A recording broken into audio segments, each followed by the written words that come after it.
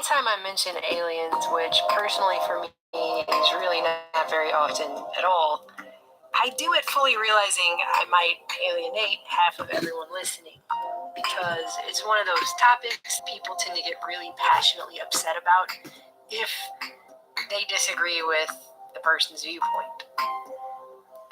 My viewpoint is twofold. First, I'm willing to admit that my knowledge base is woefully lacking once we leave Earth. Everything that I know is based off of information that was lovingly bestowed upon me by the friendly folks at NASA, along with my local government-run public schools. So how much of that I can trust and believe remains to be seen. But it makes the average person upset when you point out that believing everything you're told by someone else about something you've never personally seen or experienced yourself is actually faith. And I've done multiple videos in the past that have spelled out exactly why I don't have a lot of faith in our public school systems, or especially NASA. I mean, it kind of makes me laugh, some of the things that NASA has put out over the years. Made possible by computer graphics. They could come out tomorrow and say they found a new Earth-like planet, or 12 Earth-like planets, or 100,000 Earth-like planets.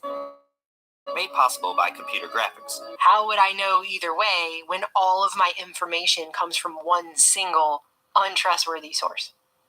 NASA, by the way, and this is just an aside that I have been meaning to go off on at some point, but I just had to find a video to tuck it in. That's the same agency that last year came out and told us that despite the fact that we're all personally responsible for global warming and we harm the planet simply by breathing, farting, and existing, on the flip side of that, they claim their man-made, military-made VLF bubble that's around the planet, which started forming in the 1960s, that's great and should not be questioned at all because it supposedly protects us from space weather. And despite having a budget of millions and millions of dollars, they take the time to let apparently a high school-aged intern animate some really lame video showcasing why a military-created, man-made, very low-frequency bubble around the planet is actually really great for us somehow. Scientists have discovered a human-made barrier around Earth, protecting against the natural particle radiation in space. They believe the bubble was formed by very low-frequency waves, or VLFs. VLFs have been found to interact with the particles in space, affecting how and where they move. Made possible by computer graphics. And this is despite the fact that former CIA contractors, like the creator of the God helmet, Michael Persinger, is a declassified CIA document that I got through FOIA requests for some work he did for the CIA, having to do with experimental dream telepathy, clairvoyance, and geomagnetic activity. See? Oops. Anyway, we're going on about these guys here. I like them a lot.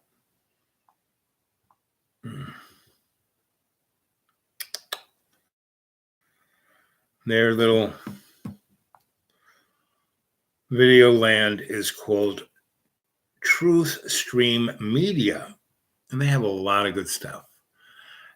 And they take a lot of trouble. They produce it really professionally compared to me, where I'm just this old beat up guy who's being your Sensei Al Bob, your griot, telling you stories. You know, I'm just a storyteller. And these guys do a pretty good job of succinctly describing stuff. Having to do with experimental dream telepathy, clairvoyance, and geomagnetic activity. See, there's his name. Former CIA contractors have written books discussing the biological effects of VLF and ELF on every living thing on this planet, right down to our hormones, our brains, and our circadian rhythms. But don't question NASA, because they said their military-created VLF energy bubble is wonderful for the planet. End of discussion. Made possible by computer graphics. That having been said, no matter what is or isn't lurking out in outer space, I am of the opinion that the concept of aliens has been nothing but a wonderful boon to both NASA's whole existence and the military-industrial complex since at least the 40s.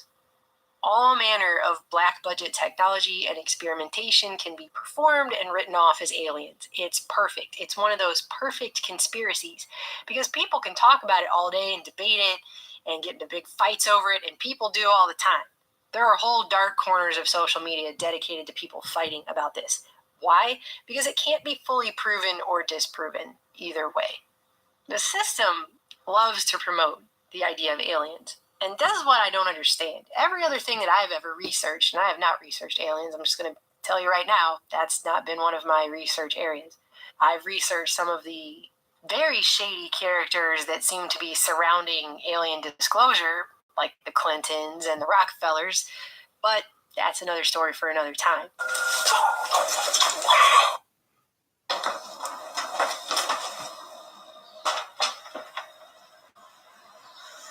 See this? That's a billionaire and a president's wife meeting.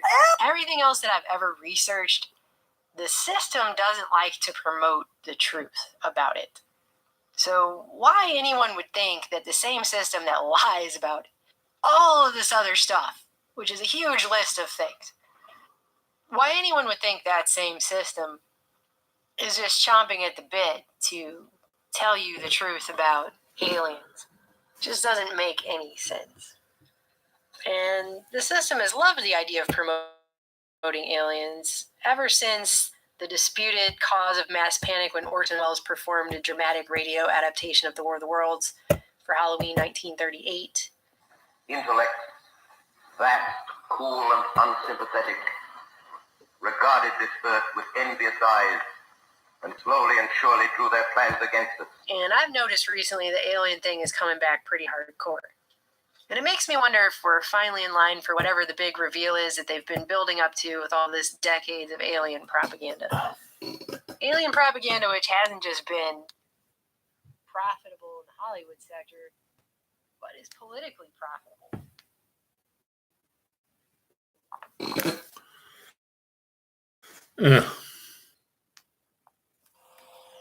Ronald Reagan wasn't the only one to point out that the threat of aliens could unite the planet under a world government. Perhaps we need some outside universal threat. I occasionally think how quickly our differences worldwide would vanish if we were facing an alien threat from outside this world. And it was reported that during a 1992 Bilderberg conference in France, war criminal Henry Kissinger said, quote, "Today America would be outraged if UN troops entered Los Angeles to restore order. Tomorrow they will be grateful. This is especially true if they were told that there were an outside threat from beyond, whether aliens. real or promulgated, that threatened our very existence. It is then that all the peoples of the world will plead to deliver them from this evil. The one thing every man fears is the unknown. When presented with this scenario, individual rights will be willingly relinquished for the guarantee of their well-being granted to them by the world government." Henry said that. I mean, look around. What are we on the third X-Files reboot now? I think they just rebooted the reboot. Again, years of research here, and I'm saying the system is not huge on promoting the truth or the reality. It's usually promoting the system's agenda. And this is the point The that we're at. Hegelian I saw process. this the other day, and I had one of those Looney Tunes moments. Whoa, Camel, whoa, Camel, whoa! If you were born in, I want to go with the late 70s, the 80s, or the early 90s, you're going to remember the punk band Blink-182. Probably most well known by the average person for that video where they're running down the street naked, singing about how immature they are. I mean, I liked them all right at the time. I was a teenager, but one of the band's former frontmen, Tom DeLonge, is currently making rounds as an alien disclosure truther, earning credibility in that crowd. First, when WikiLeaks revealed that he'd been conversing with Clinton campaign chairman John Podesta about aliens. And recently, he's even been named the 2017 UFO Researcher of the Year by OpenMinds.tv. Rockstar Tom DeLonge, who is seeking to expose a vast UFO cover-up within the government. He's also been on Joe Rogan talking about, and this is his quote, not mine, the advanced aerial threat of UFOs. So you're obsessed with UFOs, right? Is that safe to say? It's safe to say, but it's not so much just the UFO itself. I mean, I don't call them that anymore. We call these advanced aerial threats. They're different, but Threats? See, he doesn't call them UFOs anymore. They're advanced aerial threats now. But we will get to that in a second.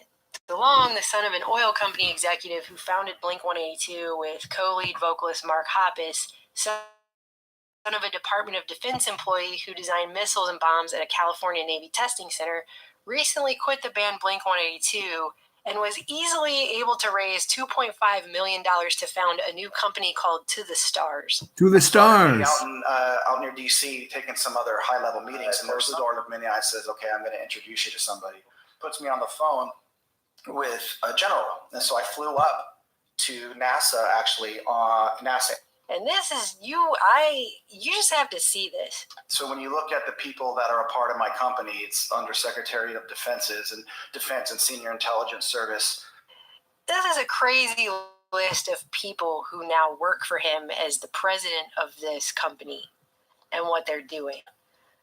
And they got this really vague mission statement, which doesn't really mean anything when you just read it, not really. But when you skip down, look at the top 4 things that they're going to be doing in the science category, which they claim is challenging conventional thinking. They're going to develop a worldwide digital database cataloging different types of supernormal experiences with the goal of creating proprietary algorithms to find detailed patterns and correlate them with other academic research. Ooh. Then they're going right to brain-computer interface technologies to promote that. Engineering the space-time metric by developing next-generation aerospace propulsion technologies. And then telepathy, exploring the location in the brain where this phenomenon is centered and developing protocols for its enhancement and use. I wasn't looking to force disclosure, and I wasn't looking to be rogue and break secrets. I was like, look, I know what's going on here, and you guys are doing a kick-ass job, and I would have done the exact same thing should I have been the guy at the top that had to make some really hardcore decisions 70 years ago. So he's the president. His vice president of operations is this guy and has spent all of his retirement working primarily as a consultant for the intelligence community, where he does CIA tradecraft training. Then you have Dr. Hal Puthoff. Dr. Hal Puthoff is one of the main leading figures in CIA Operation Stargate, which is basically what they did after MK Ultra. It's part of where MK Ultra went. The people I'm surrounded with, and myself, are very close to this stuff. But the physics, the physicist that's a co-founder of my company, To the Star, he's a Nobel nominee. He wrote the book on plasma physics. What's his name? Hal Puthoff, Dr. Hal Puthoff. And he created remote viewing. Do you know what remote viewing is? Yeah. He's the creator of the CIA psychic spy program. When I say whoa, I mean whoa. And he spent years doing that. He also regularly advises NASA and the DoD.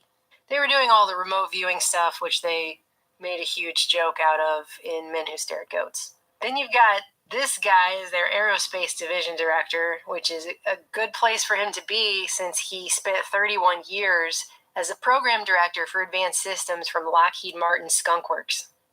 Steve Justice was head of advanced programs at the Skunk Works, and the Skunk Works are who built, the famous secret bases you hear about. Skunk Works did, the U-2 spy plane, the SR-71 Blackbird, the F-117 stealth fighter, and It's all Groom Lake out there. all right? that kind of stuff. And he literally was in charge of all the advanced programs. So, you got the boss and you got him.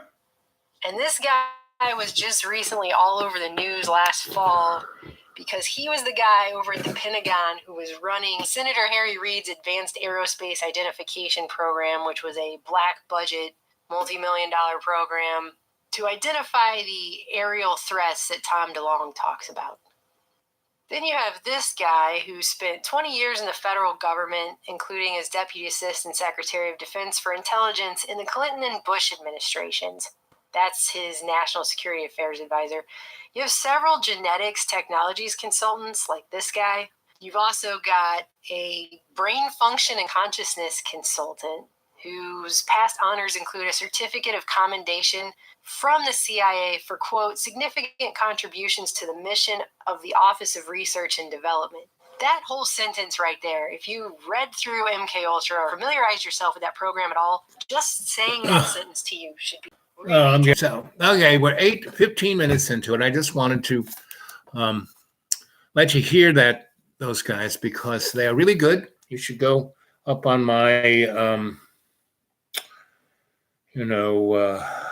list there, and their channel's called Truth Stream Media, and they too are having issues, being harassed, and they were poisoned at a restaurant. I mean, and if you go look at their channel, you can kind of appreciate, what the Bilderberg, aliens, transhumanism, how modern reality is being manufactured, 100 secret societies.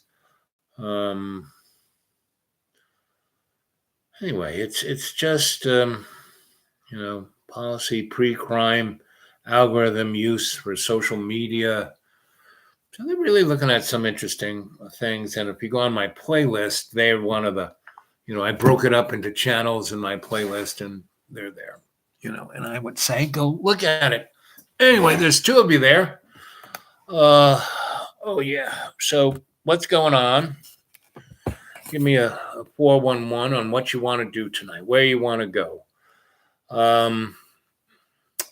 Again, I am your griot, the storyteller. Hey, Twitch, Jane. And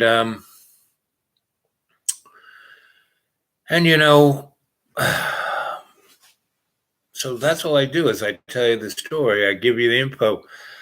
And then as your sensei, Al Bob, I'm your teacher, and I show you how to go into state, how to meditate, and we do these guided meditations. And, all you have to do, a lot of people back in the day when I used to teach corporate, organizations how to meditate, I can't meditate. Well, the process, all you got to do is breathe 20% more than you normally do, meaning to be conscious of.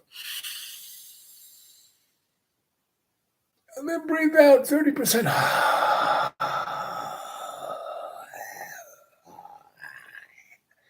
And to do that, you got to be conscious, meaning all of that stuff, that squirrel in your bird cage of your Rolodex that you call your mind, it's totally occupied by having to breathe 20% more in and 30% out. Now, these guys did a show. They did this morning's or early afternoon's show I did. I used one of their commercials. So, they did a Batend commercial about how, we're soon to have our own digital ID card. J.J. Abrams had this great show called Fringe. It was all about fringe technology and the weirdness that's on the fringe. And this FBI grew. It was like the X-Files, but they looked at stuff. And their cabal that they were after was, Spock. Leonard Nimoy was the richest guy. He was like the guy who was, Mr. Microsoft. He invented everything, and basically what it was he was one of the characters' best friends when they were PhD guys at MIT at Harvard, and they had a lab that they were kind of allowed to do whatever they wanted to, and our one of the lead characters, the father of this kid, and our FBI agent is a female, and she's smarter than anybody, really good shot, really on top of it, tip of the spear, all of that. And her boss says, there's this weird stuff going on, and I need somebody like you to kind of head a small, very tight group. So there's something occurring out at JFK, and I want you to be the FBI lead special agent because this could be very bad, and this, but this will be a good thing just to drop you in the middle of the lake and see if you can swim. So she goes out there and she realizes, okay, I need somebody more than me, and she finds this one guy, a young guy who's a little shady, and he's the son of this Walter guy who's big, famous scientist, but went crazy and is now in a mental institution, is writing all over the walls. So first thing she realizes, I need this Walter guy. So she goes in, and he doesn't want to talk to anybody. So she goes, okay, I'll go find her son. So she goes out and to the Mideast and finds this guy, and she's steps right in when he's making a deal with some shady character for something. And so she goes, okay, I just saw you do this. So you either work for me or I arrest you and put you in jail with your dad. And so, he goes, okay, I'll go along for the ride, and comes back, goes and talks to his dad, who he's really kind of pissed at because his dad was like this great scientist and was a jerk and fucking all the grad students and doing drugs and ignoring his mom, and she dies and he got sick and he ignores him. Anyway, long story short, he goes to a mental institution and gets Walter to come out, sign himself out. So there's the little group, right? There's Walter, there's the son, there's the special agent, and there is a newbie, just straight out of the academy, who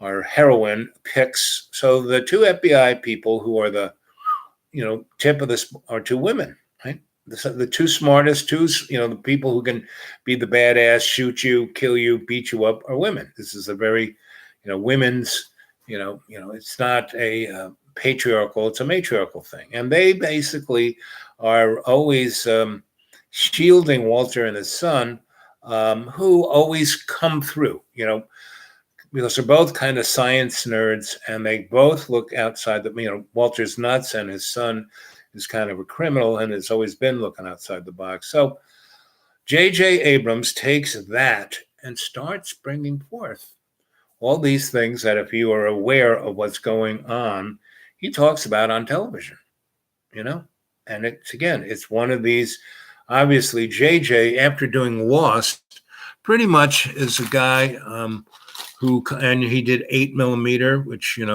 and Spielberg loved this guy. Met him when he was 8, when he was doing a film. Spielberg went to a film thing for young children, and J.J. Abrams made a film when he was 8 with his buddies, and Spielberg watched him from that point on and nurtured him and got him jobs in the biz. And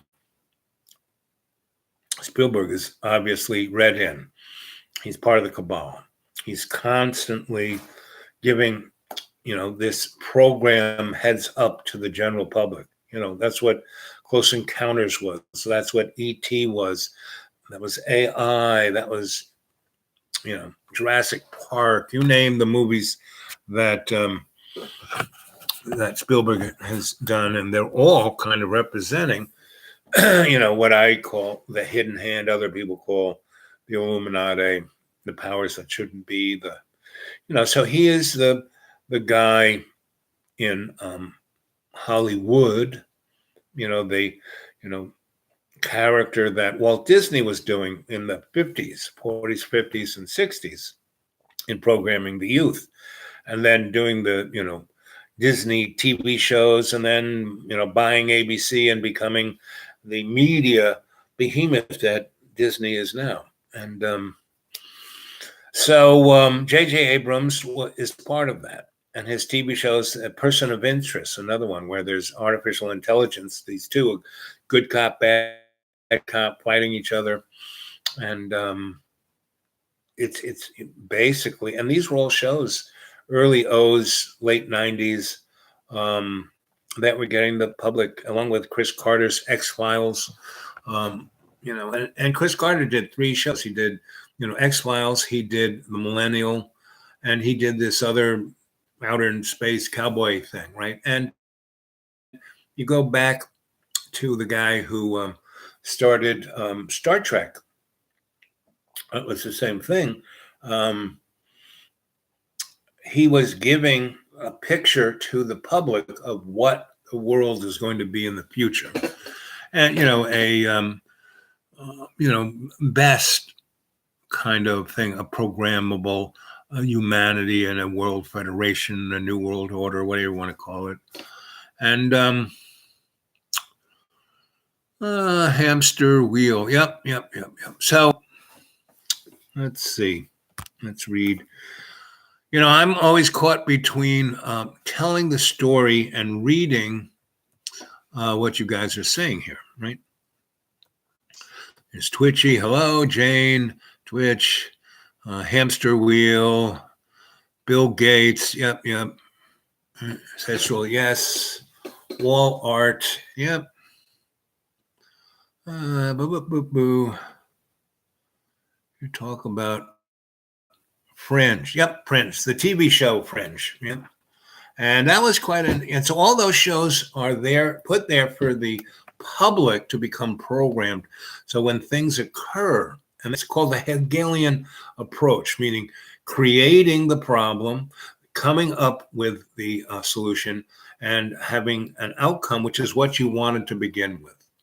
So we want a new world order. We kind of do all these wars and economic crashes and all these things, getting people nudged into position, and then we bring on the aliens. Woo! And that's why I played that little entry video to give you Hollywood. Holly, the branch, that bush, the wood of that bush is what all magic wands are made out of, holly. So that's why it's called Hollywood. And no one knows who put that sign up. It was appeared magically. And then it became a popular tourist thing. So, the Chamber of Commerce takes care of us. Let's see. Jamie Flitz. Hey, Flitz. Jesus, I remember the movie 8mm, not 9mm. 8mm is a J.J. Abrams one's about him making a movie, and they fall in the middle of an alien that's being kept by the Air Force. And Stargate is straight up what's happening, right? Has its stooges to tell us all about it. Those who have eyes to see. Yep. That's why, good old Stanley Kubrick was whacked when he was doing Eyes Wide Shut, playing the puppet public. Yep. Oh, Jamie, buddy. Been watching the Cherolibo channel on the hoods of America. Man, do I live in a bubble. Yep. But those gangs are everywhere. All the gangs that are coming into America from Central and South America were all put there by the CIA and other entities during Iran-Contra, during the cocaine days, they were all funded by those. So the weapons were given to them. All the training was given to them, and so they turned their little countries of El Salvador and Central America, Honduras and Chile. And of course, those people, and we do nothing to keep that down. We just keep, letting the drugs come here. And if we wanted to stop drugs, what we would do is legalize all drugs. Switzerland and what's the other country? It was another country that was having real hard times with it. And they tried to, do what we did, throw everybody in jail, and it just got worse and worse and worse. And they said, oh, well, what can we do? Let's try the direct opposite. And they legalized everything. And if you were a heroin addict or any of those, if you wanted any drugs, you just registered with the government, and the government basically gave it to you free. Marijuana was sold, but like in the smoke shops, just like Amsterdam. But the others were administered like a drug, like you needed, like me. I get my my neuropathy and my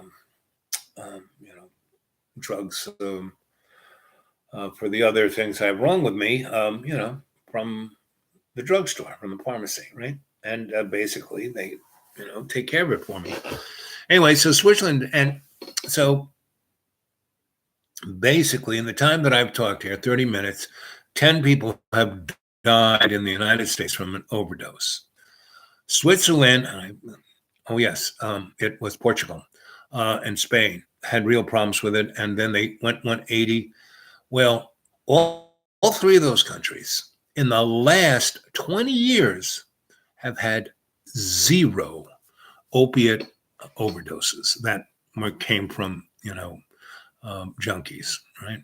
They might have had them in hospitals, but in the outside of hospital, zero, because these guys get it, or meaning when you get your opioid injection, you don't do it at some skinky place. You go to a clinic where you sign in.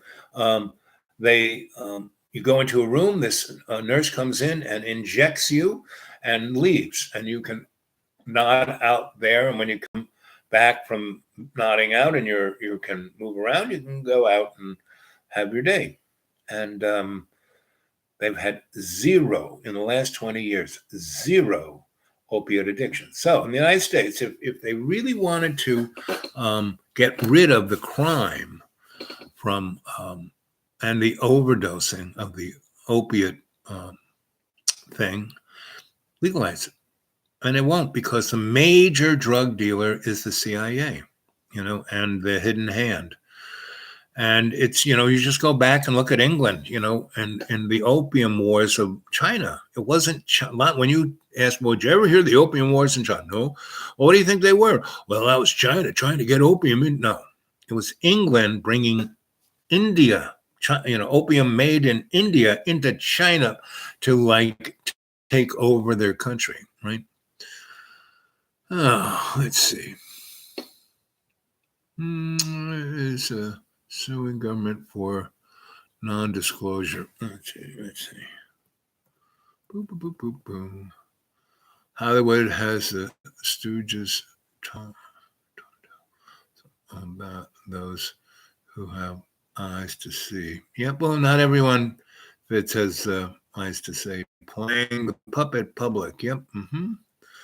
Jamie, been watching Chalibo channel. Yep. So so all of that crime is manufactured. Heard a Hollywood director is suing government for non-disclosure. Don't know what that's about.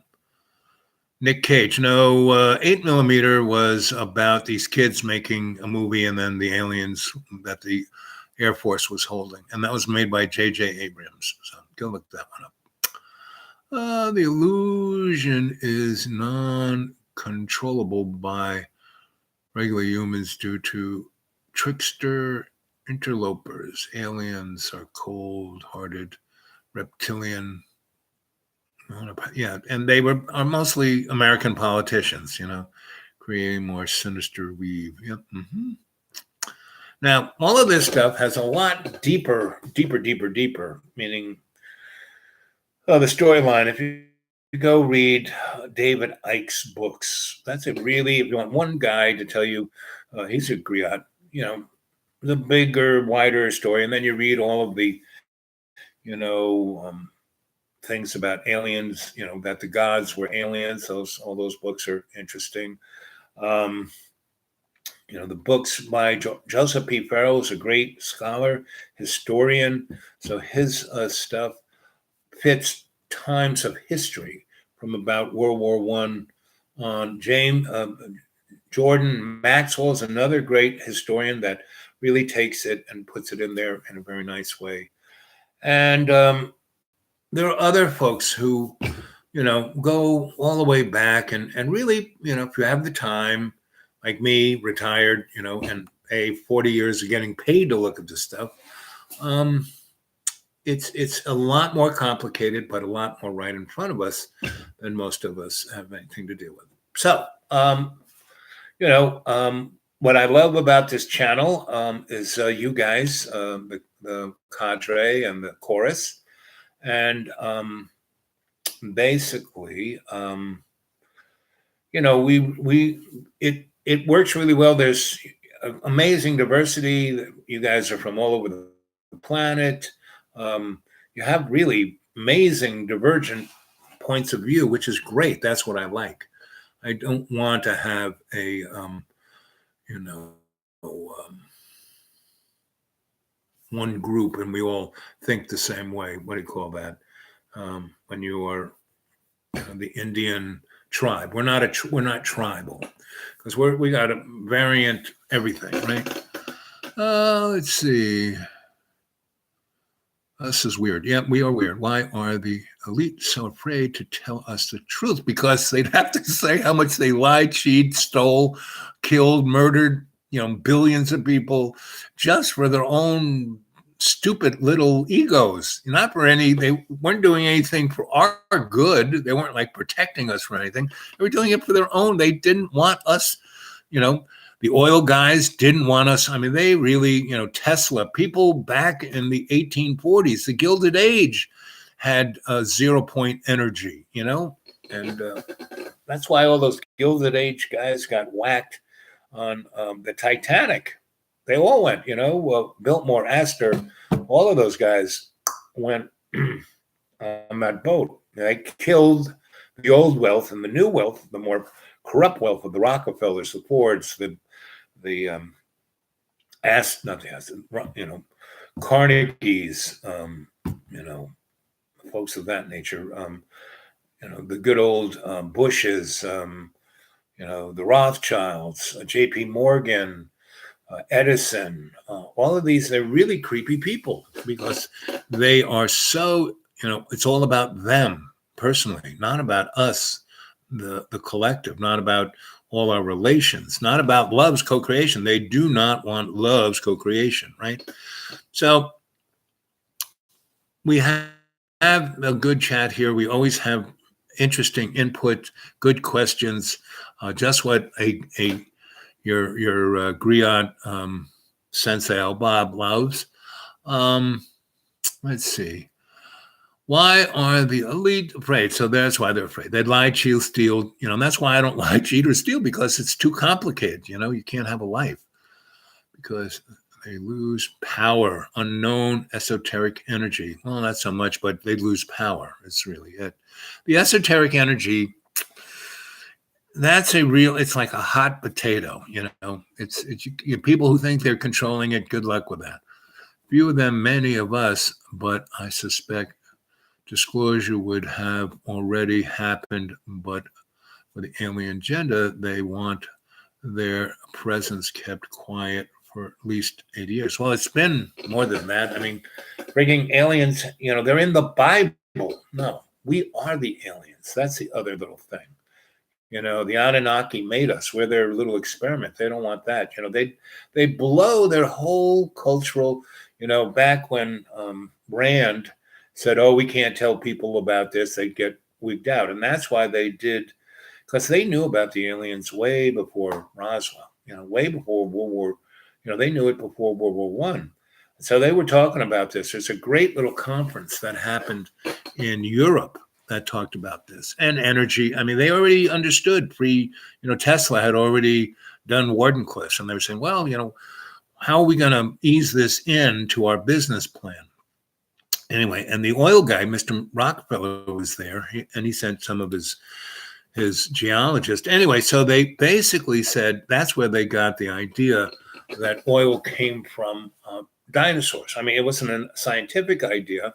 It was a sales idea, because then they could say, oh, our planet is a planet of scarcity, and you have to let us, and that's what that conference did. So, okay, we won't tell anybody about anything.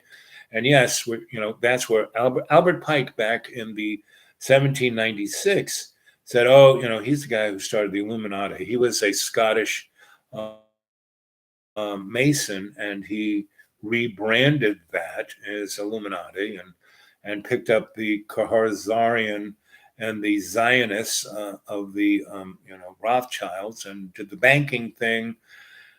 And all this stuff is pretty much history, and you just have to thumb through. All you have to do is go look at my playlist. I have picked out a bunch of stuff, And don't believe anything, like, as I always say, don't believe anything I say or anything anyone says. But my playlist is a good place to start to look at what these people say, about 20 different ones. And then you can go from them into, and go look at their books, see where they got their information. And that's what a researcher does. That's what a scholar does.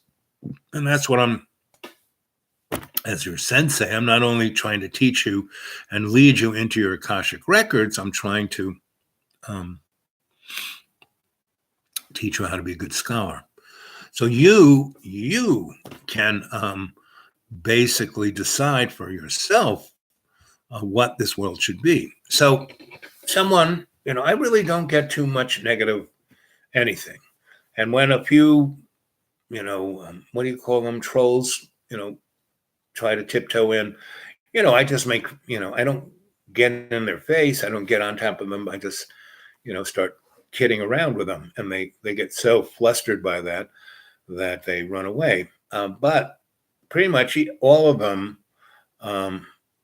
basically, this one accused me of being a Charmin. And I said, Charmin toilet paper?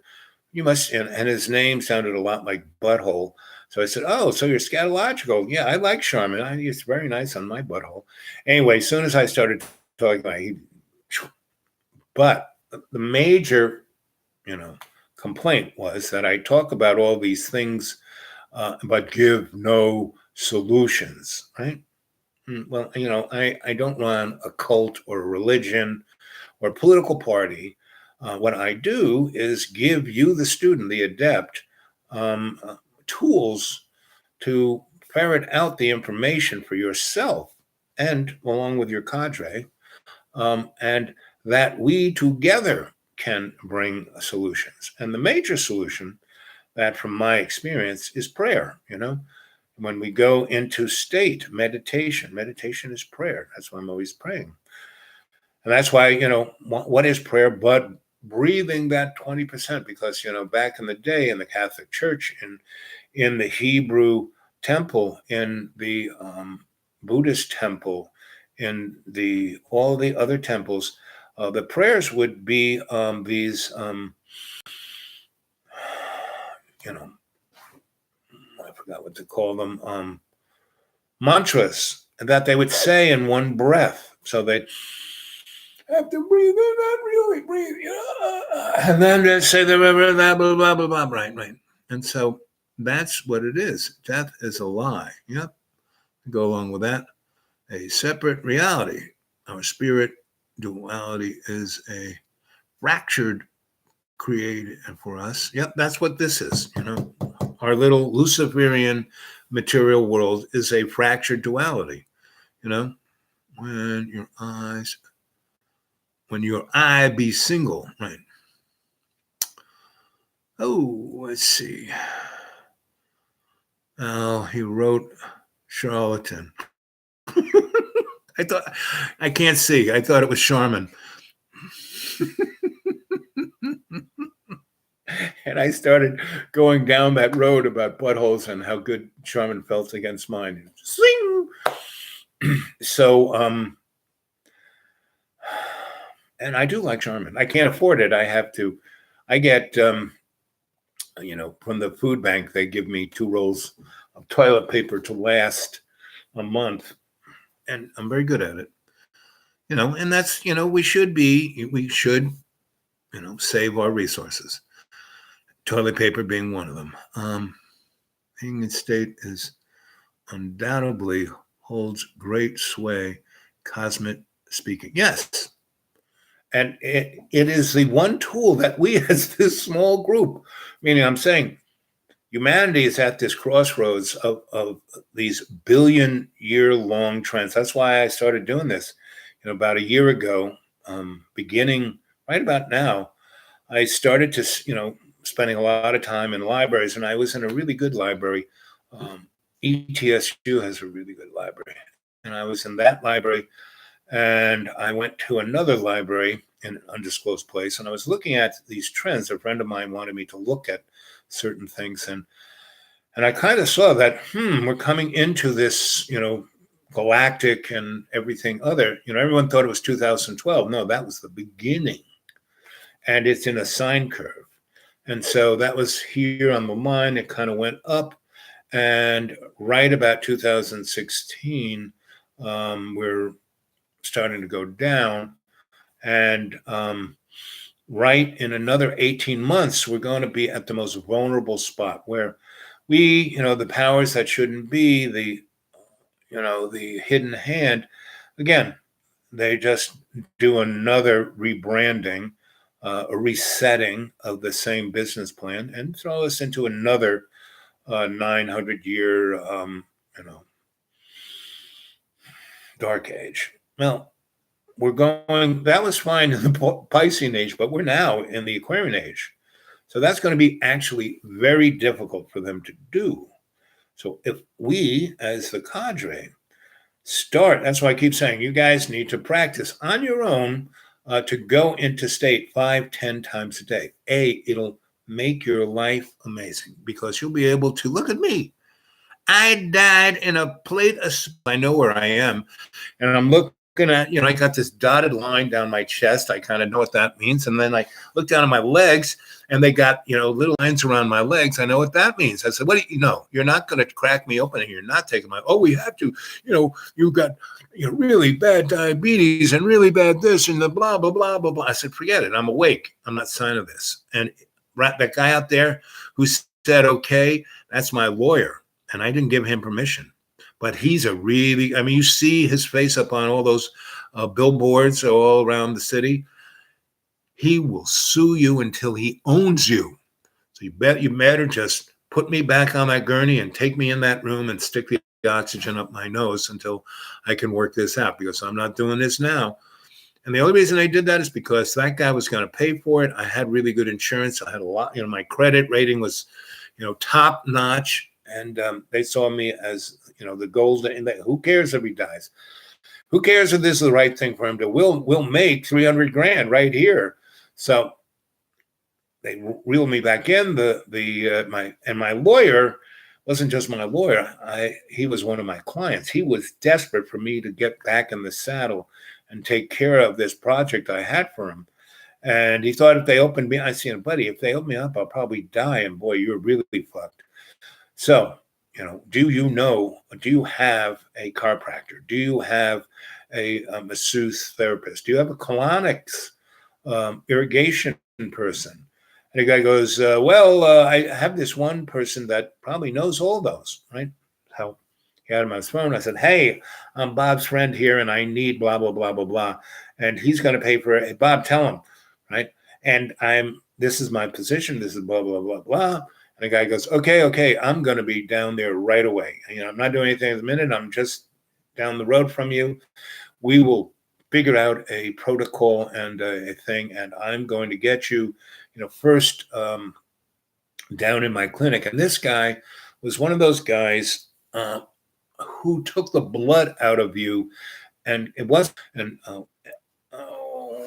what's the name of that process? I forget. But anyway, that was the first thing he did. Then he took me over into this ladies' clinic down in South Florida, where she was a massage therapist. She was an acupuncturist. She was a nutritionist. She did colonics.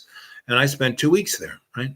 Then I went to she sent me to this other healer, and he did a lot of, and I had, I was a practitioner in everything that these people did. So I was talking knowledgeably to them hey, this is what I need. This, I need that done. Da, da, da, da. They actually liked that. They liked having a patient who understood what they did and worked with them, and I energetically wound them up and then wound myself up and then let them do their procedure on me. And it was like, whoa. I mean, when they were working on me, they were feeling better than they normally. Sometimes you get worn out. They felt better. So anyway, in a month, less than a month, in a wheelchair, and I had canes and a walker, and I had clamps on my legs because they wanted to cut my legs off. And I had to get my legs because I had neuropathy and my bones were dissolving and there were issues, right? So, I went to his, endocrinologist. I went to his bone doctor. I went to his in South Florida, and you know, and they did all that kind of medicine on me, but they did it with me instead of we know better, right? And so they kind of right, and during that whole month, I kept going working for him, and I took care of his problem. And what he did that was so nice, he had a house down in the Keys, and he let me. And I mean, I had a little bungalow in the Keys that was a timeshare, but he had a really nice house that had servants. And so I spent 2 months there with my dogs on the beach, um, having juices and I just drank juices, fruit juices, vegetable juices that they would make. They would go get the most organic, fresh fruit and vegetables, and then make these things. And there was a place nearby him near Marathon that had, it was a juice shop, and he went and said, "I want you to go and take care of my friend. He's in my house. Bring your blenders, bring fruit and vegetables, make it right there for him, let him drink it. That's what he needs." So, the first month I survived. I took care of his need, and then he put me up in his place for 2 months, right? So, and the only reason I survived that, I got all this amazing care, right? But the only reason I survived is that it brought me back to myself as a practitioner of healing, and Dr. Heal Thyself. That's what I did. And it brought me back to my daily ritual of meditation, right? And doing Qigong and Tai Chi. And, soon as I could stand, I started doing Qigong and Tai Chi, and I meditated, 10 times a day. And everyone, the servants, they would meditate. I showed them how to meditate, and we meditated together.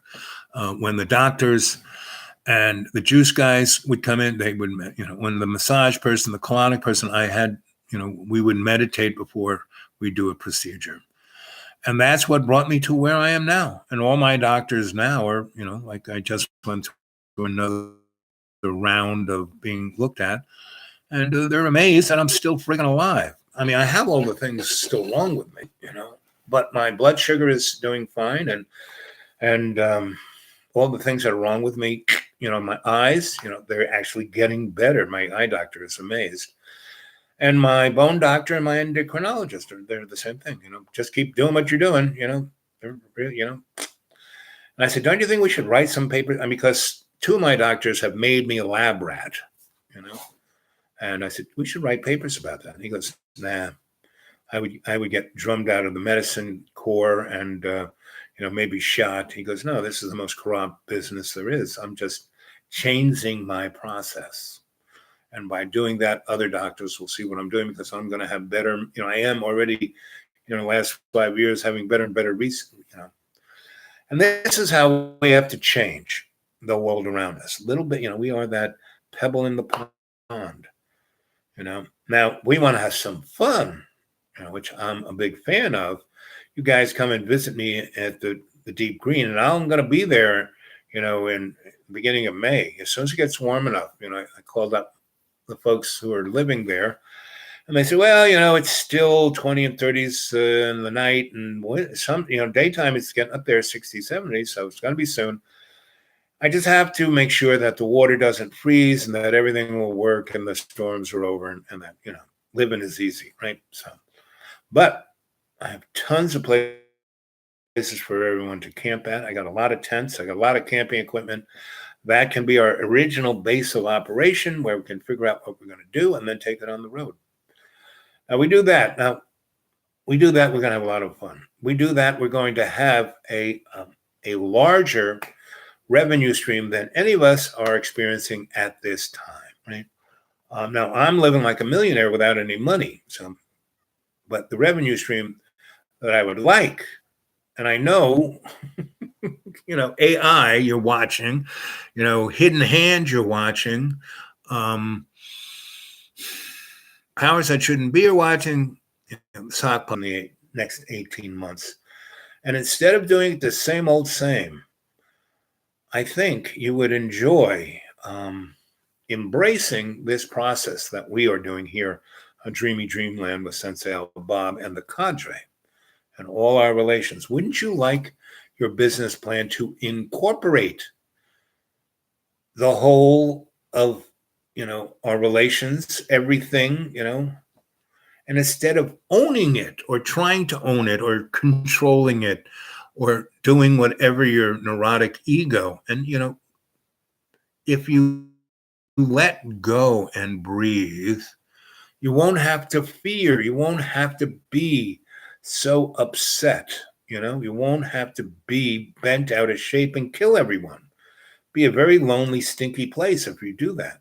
Every time you do that, look at the 900 years of the Dark Age. That was a pretty stinky, dark neck of the woods. You weren't really having too much fun at that time. This, you can have some fun without doing blood sacrifice, without having, selling children into slavery. That can't be that much fun, even though you think it is and you tell yourself how much it is.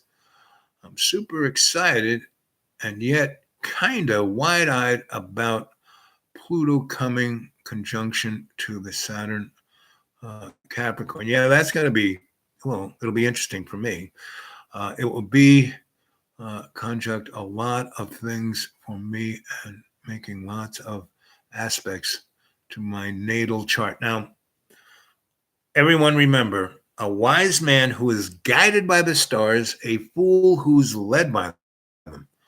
So, fish, what you're talking about is important just in the fact that you understand the effect on you and all of us, but not to try and change anything. The change needs to come from your intention, not so much knowing where the stars are and what's going to happen. It's not like your horoscope.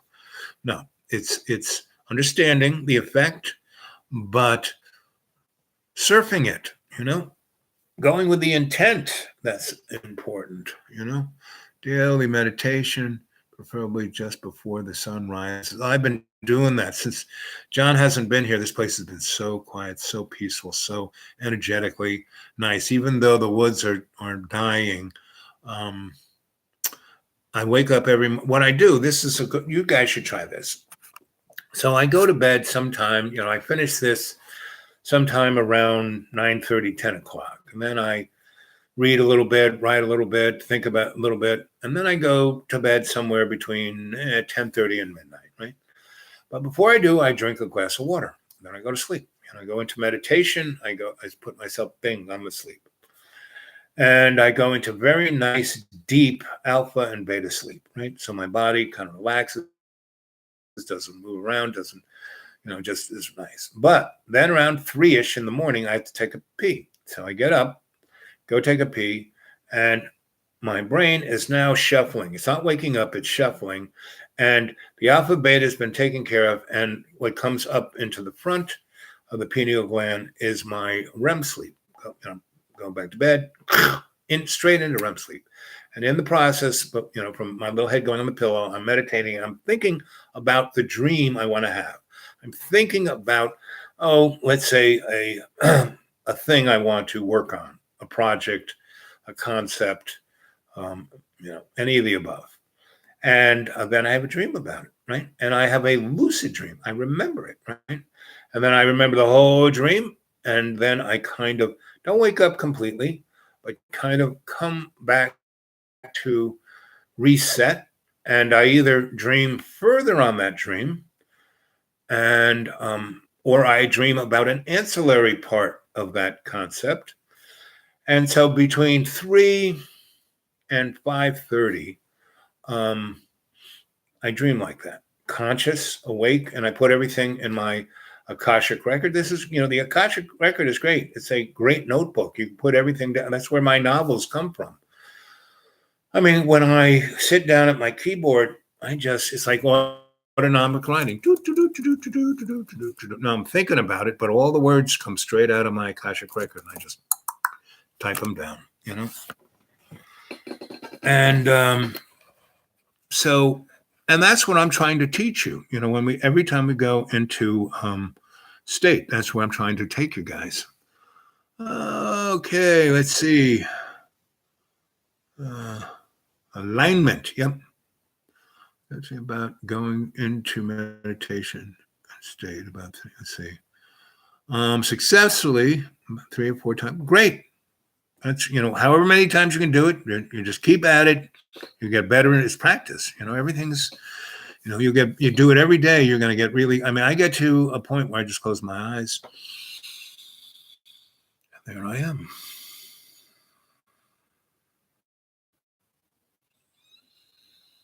And I'm sending this out to all of you who are there online, being part of the chorus. You're feeling it. I'm surrounding. I'm going inside. I'm energizing. I'm preparing us all to go into state. It's 1 hour, 1 minute, and 41 seconds. So in a few minutes, we'll go into state, right? And the thing I think we might look at is why do the, hidden hand and the powers that be have to control? We're going to look at that, Why is the ego so powerful over those who feel they need? Pluto is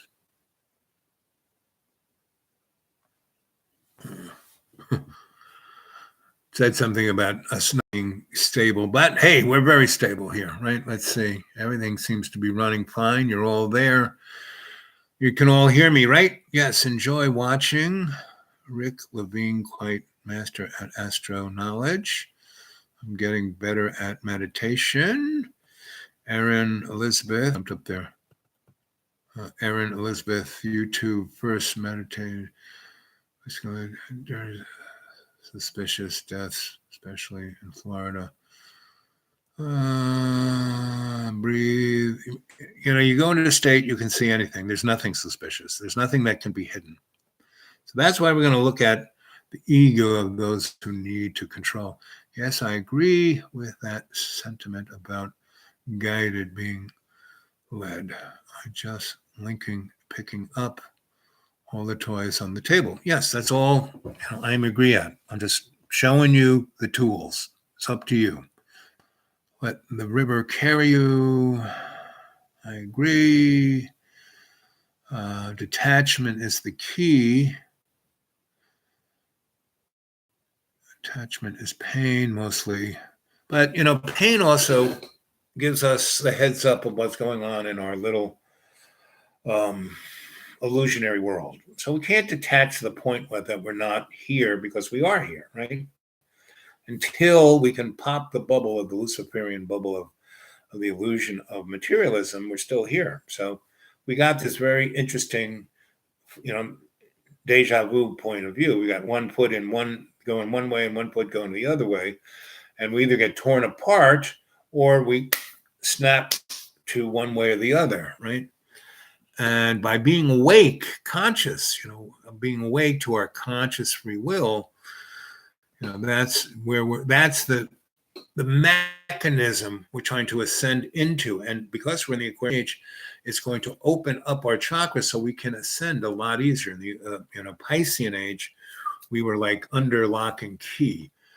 We are being relieved of that, but we're right in this very interesting 18-month period where things could hit the wall. And that's why we need to meditate and focus, good thoughts, good words, good actions, good deeds, good outcomes. We have to visualize positive outcome of all of this.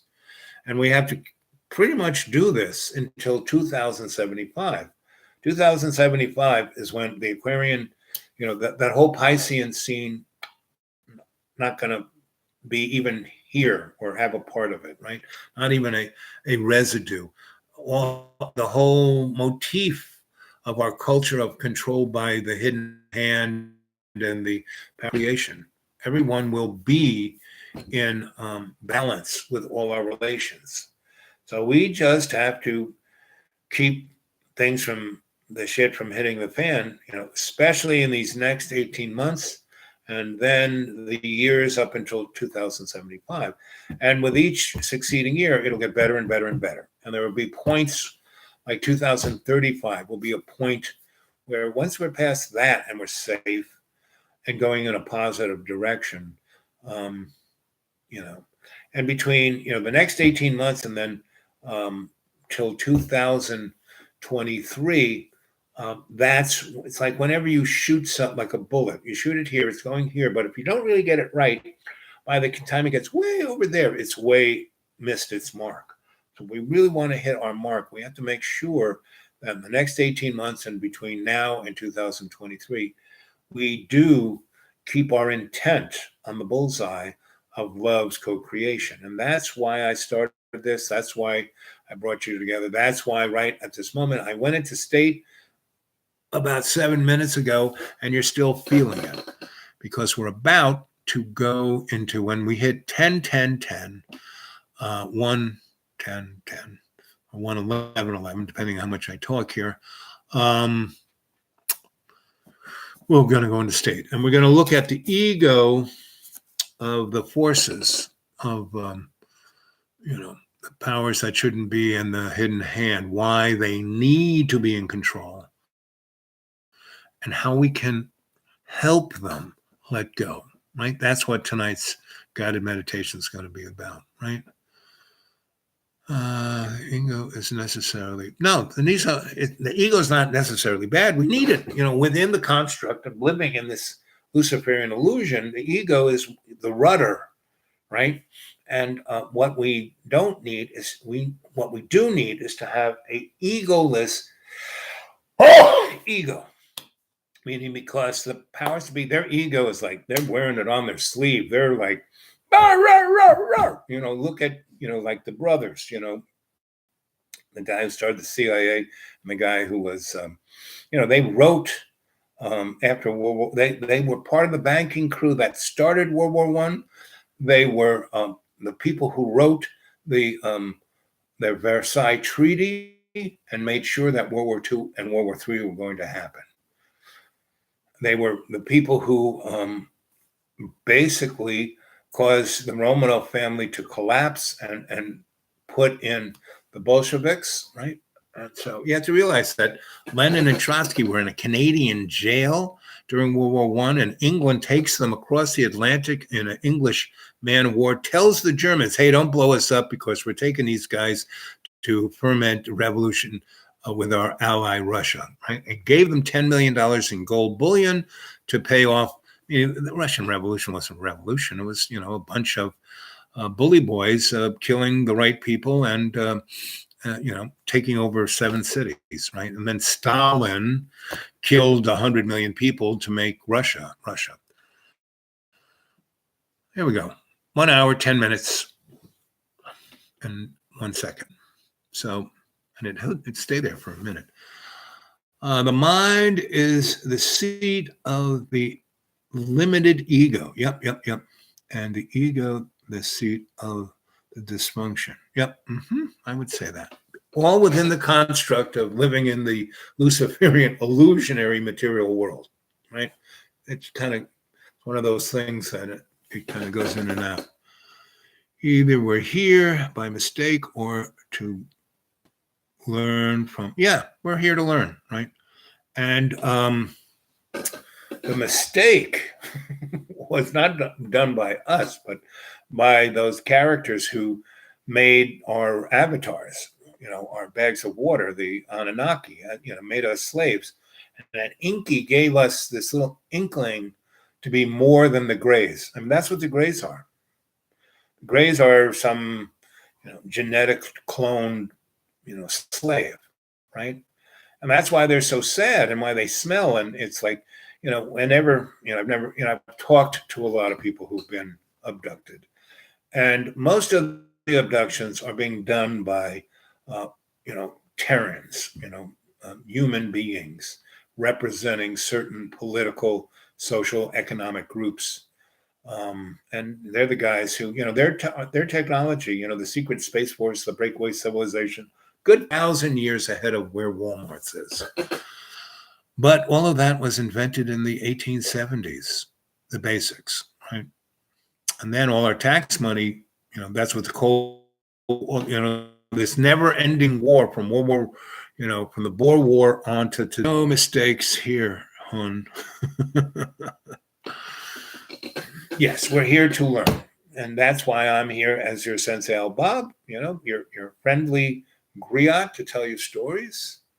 And look at time, it's okay, 1 hour, 12 minutes, and 12 seconds. But just a blink of an eye ago, it was 1 hour, 1 minute, and 1 second. And it stayed, when it hit 1 hour and went into the seconds, it stayed almost like forever at that zero. It was kind of interesting. So I think it's time for us to go into state, and we're going to what it's about. And now this I want you to do. And we're going to go into state. We're going to go to your Akashic record. You're going to open up the book, and you're going to see text and film and the 28 little screens. And we're going to look not so much at our own egos. We will see that when we eliminate, when we evacuate our anger, our fear, our hate. We will look at our ego then. But once we close the book on that and we open it back up, what we're going to spend the evening at is looking at ego of the manifestness of the Lucifer, and that ego comes from Lucifer first. When he got pissed off as the number one angel and broke heaven, and the Big Bang occurred, and bingo, here we are. That's all ego, all ego manifestation, right? So we're going to look at that, and then we're going to look at his minions. All of the different elementals, all of the different species on other planets, all of everybody who's out there in the universe of the Luciferian, and there's good, bad, and ugly, because that's what the illusion is about. It's not all evil. Lucifer is not all evil. He was the top head honcho of heaven, And to pop that bubble, we're going to have to pop his ego. Lucifer's ego has to be popped for him to forgive himself, itself, herself, because it is not just one character. So, and it's not just the snake or the eagle, it's keeping all our relations in incarceration in this illusion of duality. And that's what we're going to look at. How to pop that bubble of ego. Why do the powers that shouldn't be the hidden hand, why are they driven, to kill, maim, destroy, lie, cheat, steal, time, space, history, love, everything. They do it for everything. We're going to look at that, right? Stinking thinking. Yep, exactly. Okay, everyone find themselves a comfortable spot, So your little avatar, your bag of water is safe, so it can go on automatic pilot, right? And so I want you to breathe deeply. Breathe in that 20%. Get yourself in a comfortable position. Don't cross anything.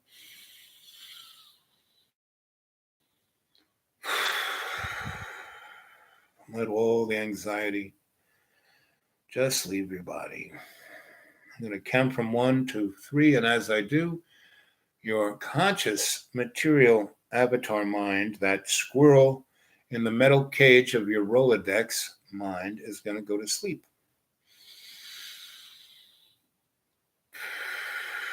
And your squirrel will not be able to distract you, won't be able to scream the laundry list. It You'll go deeper and deeper and deeper into a safe state of relaxation. See it clearly. And 1, you're breathing in 20% more than you normally do. Focusing your conscious mind totally on your breath. Because you can't breathe that 20% in more than you normally breathe by your order totally on your breath. As do you breathing out. You have to breathe out that 30%. Breathe it out. Everything 30% out. And why you breathe that 10% more out than in? It is so the next time you breathe in that 20%, it's easier to do it. But your conscious mind is still focused on your breath. And 1, you're in a deep, deep, deep state of relaxation, going deeper and deeper. You're now totally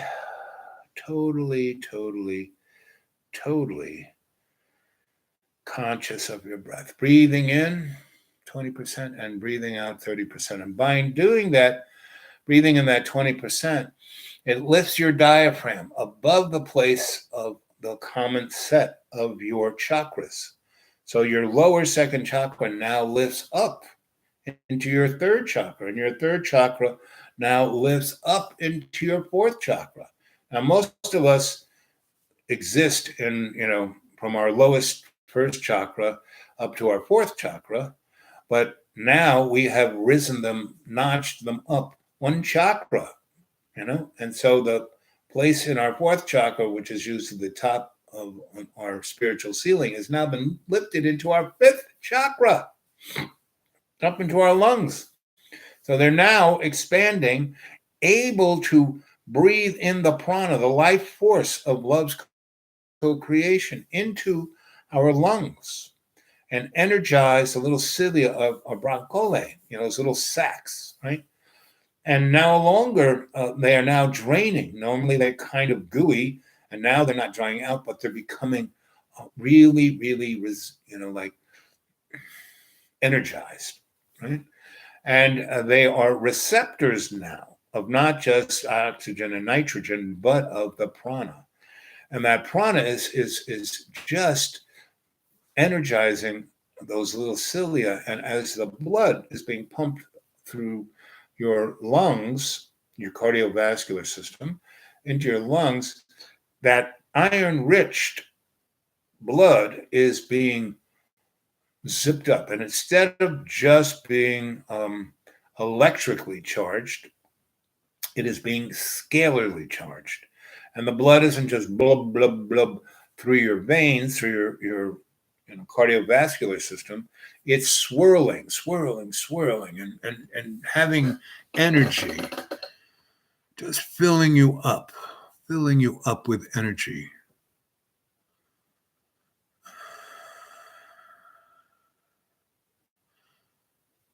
And that energy is scalar in presence. So instead of being Hertzian, XY, just 2 dimensions, it's 16 dimensions. And that's going in your blood, going into every cell of your body. And so as your cells are creating mitosis, unzipping the DNA going apart, and the RNA going in, taking its place, your mitochondria is now super energized with the prana. And your being, that whole circuit is being now grounded through your chi to Mother Earth. And now there's the connection from Father Sky to Mother Earth. And our Father, who art in heaven, hallowed be thy name. Thy kingdom come, thy will be done on earth as in heaven. Give us this day our daily bread, and forgive us our trespasses as we forgive those who trespass against us. And lead us not into temptation, but deliver us from evil, as it was in the beginning, is now, ever shall be, world without amen.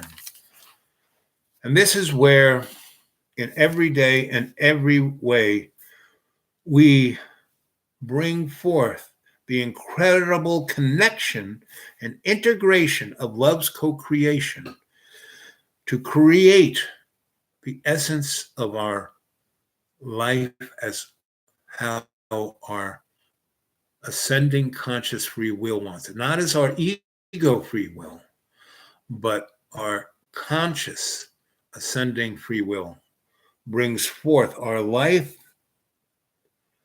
and our consciousness. See it clearly. And in every day and every way we take this consciousness and make it more powerful by bringing the peace to the earth through love's co-creation of Father Sky and Mother Earth in the mitosis of every cell. When we are breathing in our ascended breath, 20% more, bringing in that prana. And that's why if we do it 5, 10, 15 times a day, we will become clearer and clearer, and we will become more awake. And that's why ascended masters, they're doing this 24/7. That's why Buddha was awake, man, well, you God, why are you so illuminated? You don't even throw a shadow, because he was full of photonic light. And Buddha's reply was no. Well, what are you, man? Are you a magician? What are you? No, I am awake. Now, as we do this more and more, we become more and more awake, more and more able to see what's around us, 360, see what's coming at us, so we can deal with any situation, where we will be in the position to be empowered with inconceivable connection and integration within our lives, and our consciousness, instead of being unconscious. And being unconscious, puts you at, other people's whims. That's why governments and powers that shouldn't be and the hidden hand can control our world, because the masses are chattel, or treated like chattel. They treat themselves as chattel. They see themselves as, sheeple. Bah, all they think about is the game last night. That's all they can talk about. And if you breathe that 20% in and that 30% out, you will be awake and healed. Because when you breathe that 30% out, you are breathing out more waste from your cellular self than all the shit and piss and sweat you can, eliminate. Breath brings out. And when people have bad breath, it's because of their spiritual self. My father had some really nasty bad breath. And no matter how many Tums he took, or, other, Tic Tacs, it was because of what he was, his thoughts, his words, his actions, his deeds, his outcomes, And he saw the ends always justified the mean. Being cruel, mean, stealing, cheating, lying, they justified his means of being a millionaire. That's what he wanted to be. You don't have to, I live like a millionaire. I don't have to be one. With the sacred name of the Lord, that the Hebrew weren't allowed to speak. And how do you say? With breath. And the visualization of love's co-creation. And all those other words are just magic. You don't want to go there. And no joke, just get kind of upset that they talk in finite ways. Yeah, when people talk about God, I always have to laugh and shake my head. Oh, so you know him. Went out and played 10 holes of golf with him. Yeah, God's a nice guy. He's got a handicap, though. No. And, if you study the ancient texts, you realize that the God that the Jews talk, say the Jews, because the Jews aren't the Hebrews, right? They're the Anunnaki. They are the Khazarian, they're the Zionists. Whereas the Hebrews, they are the Hebrew nation, right? And no, and in the Old Testament, you go back to the Sumerians and way back, even the names they use, those are just demigods, They were just worker. It's like there's this pyramid, right? There is the baseline of the drone, right? The expendables, then the worker drones, then the managers, then the owners, right? Well, the expendables are the, chattel, pretty much the 99.9% of the population of the 7 point something billion, right? Then the worker drones, those guys are the priests, the doctors, the lawyers, the bankers, the politicians. They're the worker drones. They're not even the managers, they're the worker drones. The managers are the guys like the Rockefellers, the Rothschilds, that crew, who are really in some deep shit, black magic, and they're like eating themselves alive. That's why they do such, they have wars and kill babies and do the most amazingly bad things. And, it's like when your daddy would spank you, it's going to hurt me more than it's going to hurt you. Well, those guys, it really is hurting them more than it's hurting us, right? Then the owners, right? Those guys, no one sees. No one knows, right? And the top part of the manager class is the Anunnaki guys, the lords. You know what lord means? It means Baal. It means Satan. You know what God means? It means demon. It means Lucifer, right? The illuminated one, or vice versa. I mean, they're in. The eagle with the two heads or the snake. It's like in. And people have their religions where they follow them. And, if you're doing that, babies, you are cruising for a bruising, because the only thing you can have that is spiritually balanced is faith, not belief. Don't believe in anything. I don't believe in anything. What I have is faith in love's co-creation, right? So one, you're in a deep, deep, deep state of conscious realization of who and what your soul is. You see it when you're watching every mitosis of your cells, of your avatar zip apart, and you see that photonic light go in there and energize, the mitochondria around the cell, and you see the RNA go in there and copy that DNA in perfection. That's love's co-creation, right? So keep an eye on that. That is you want to know what the great creator is. Look at that. We're there right now. Take a good look at that and see the connection between Father Sky and Mother Earth. Hail Mary, full of grace, the Lord is with thee. Blessed art thou amongst women, and blessed is the fruit of thy womb, Jesus. Amen. As was in the beginning, is now, ever shall be, world without amen. And every day in every way, we take the incredible connection on this planet to do commerce, to have a job.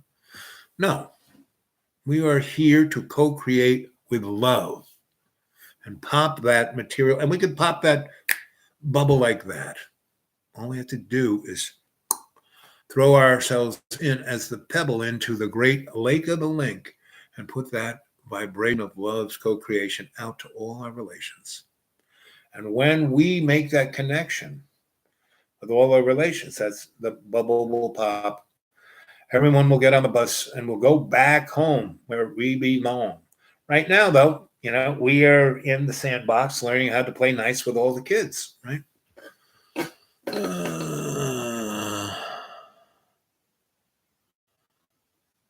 Yep. Why do you think I do it? It's a religious ritual. It's the strongest prayer there is. It's from Hebrew, and in Hebrew, when you go to Baal, basically, the Hebrew language is a mathematical, sitchin. Lord's Prayer is the strongest prayer as a sitchin to love's co-creation. So that's why I do it. Second most important prayer is the Hail Mary, because it brings balance between the yin and the yang, the chi and the whole circle of life, right? That's why I say that prayer, because every time before we go into a state and go into and illuminate us, and take the illumination into our imaginary mirror and focus it into our subconscious mind, I do that prayer to protect everyone. All of us, not just the three of us and me making four, but the whole, um, all our relations. Because every time we do the ceremony, we're doing it with the service of love's co-creation, and we're serving love's co-creation, and we're bringing forth the energy of that co-creation into all our relations. And the more we do this, the more we will protect all our relations, everything in this universe, from going south, within the construct of the fear and anger and self-loathing of the ego, of the powers that shouldn't be, and the hidden hand, right? And every time I do this prayer, every time I do this ceremony, I do it, in service to love's co-creation, to bring the invitation to the, powers that shouldn't be, and the, hidden hand to, hey, listen, yeah, we know you're watching us. We know you're screwing around with all our friends who are trying to do a good job. Now, they may not do ceremony like we do that kind of protects us. So all we get is, little annoyance, which actually helps us to learn better, right? But we are here because we love you, hidden hand. We love you, powers that shouldn't be. We're here to serve you, to make you happy, because what makes you happy makes us happy. What makes both of us happy makes love's co-creation happy, because we couldn't do this service unless we did it in connection with love's co-creation. And even though you don't know it, all the stuff that you consider as evil, devil worship, bloodletting ceremonies of really horrific stuff is still part of love's co-creation. It is just your ego that so perverts it, within the illusion of the lens of the illusion of the material world, brings you fear, and then you do this, right? You don't have to do this, and we're here to help you. The four of us have more power to help you than any hydrogen bomb or scalar weapon or any of those things, right? And within the construct of this universe, right, there are good, bad, good, bad, bad, good, good, bad, right? And it's just like Donald Daffy Duck, with the devil on one shoulder, the angel on the other. And every nanosecond, we get to choose between our better angels and our devils. And we're here to assist you to be your better angel. And the more you can be your better angel, the better this world will be, right? And if we can get through the next 18 months by assisting you, by loving you, right? By being our better angels around you, to living our life as a good example on the line at the supermarket while we're driving the car, my biggest challenge. And I'm being better at being my better angel while I drive, so see it clearly. And two, you're in a deep, deep, deep state of relaxation. Your total avatar is totally on automatic pilot. Your squirrel's asleep in the cage of your Rolodex, illuminated every cell of your body with the prana and grounded out into Gaia, your Mother Earth. And we're healing at this time. We're healing Mother Earth. We're healing the ozone. We're healing the oceans. We're healing the sun, the planets. We are bringing in the astrological and astronomical context a balance. Even when things are a little more stressed, bad stress can be a good thing. So it's balanced. And in every day and every way, integration of love's co-creation and making the peace of the earth stronger, making the peace of our solar system stronger, making the peace of the universe stronger, bringing forth love's co-creation to Lucifer's ego, thus creating not a universe of loss, but a a universe of more than enough abundance for everyone, where we live in love's co-creation in abundance. See it clearly. And two, within the cell and the super energized prana mitochondria, our whole body is being illuminated with photonic light. When that cell, mitosis and then comes back together, and we're looking right in there at love's co-creation. When that cell is born, and now there's two cells, they're born in perfection because they're illuminated by not incandescent light where we have shadows, but by photonic light where everything is luminescent. There are no shadows, right?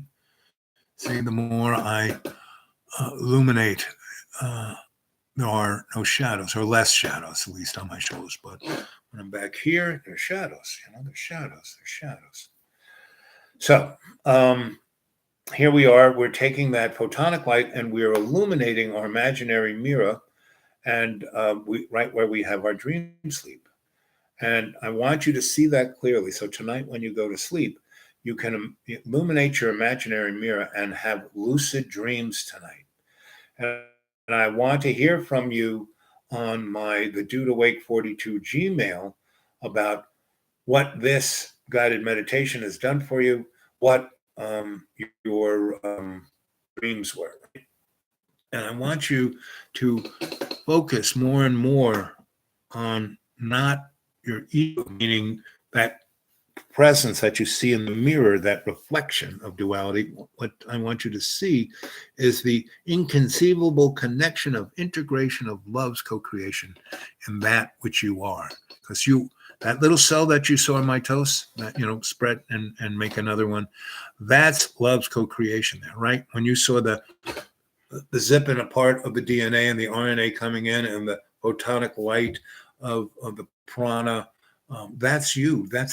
You are that one little cell in that DNA that is the whole mitosis of love's co-creation. And when love's co-creation hits that critical mass and we have a chain reaction of love's co-creation, bingo, that's when the bubble of the Luciferian illusion of materialism will pop.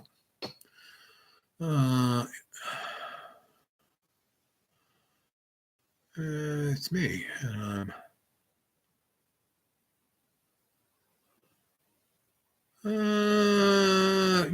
Fish, don't overthink it. It's an illusion, so don't overthink it, It's an illusion, so be your better angel and, embrace the connection of your incredible integration of love's co-creation. Be that better angel. Be that. Don't be the, I don't know.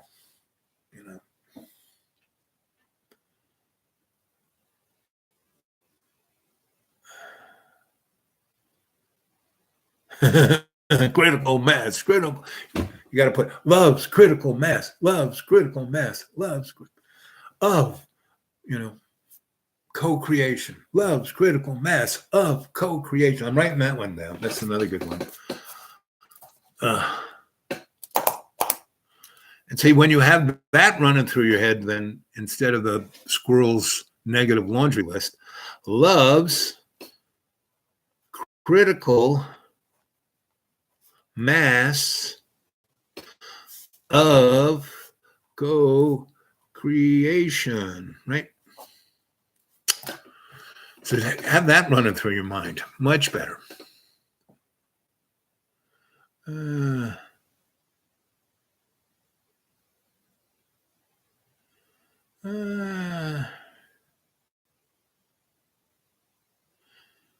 No, we're pure love's co-creation, and fear is the illusion. And with love's co-creation, there is no fear, thus showing us truly that fear does not exist. you know.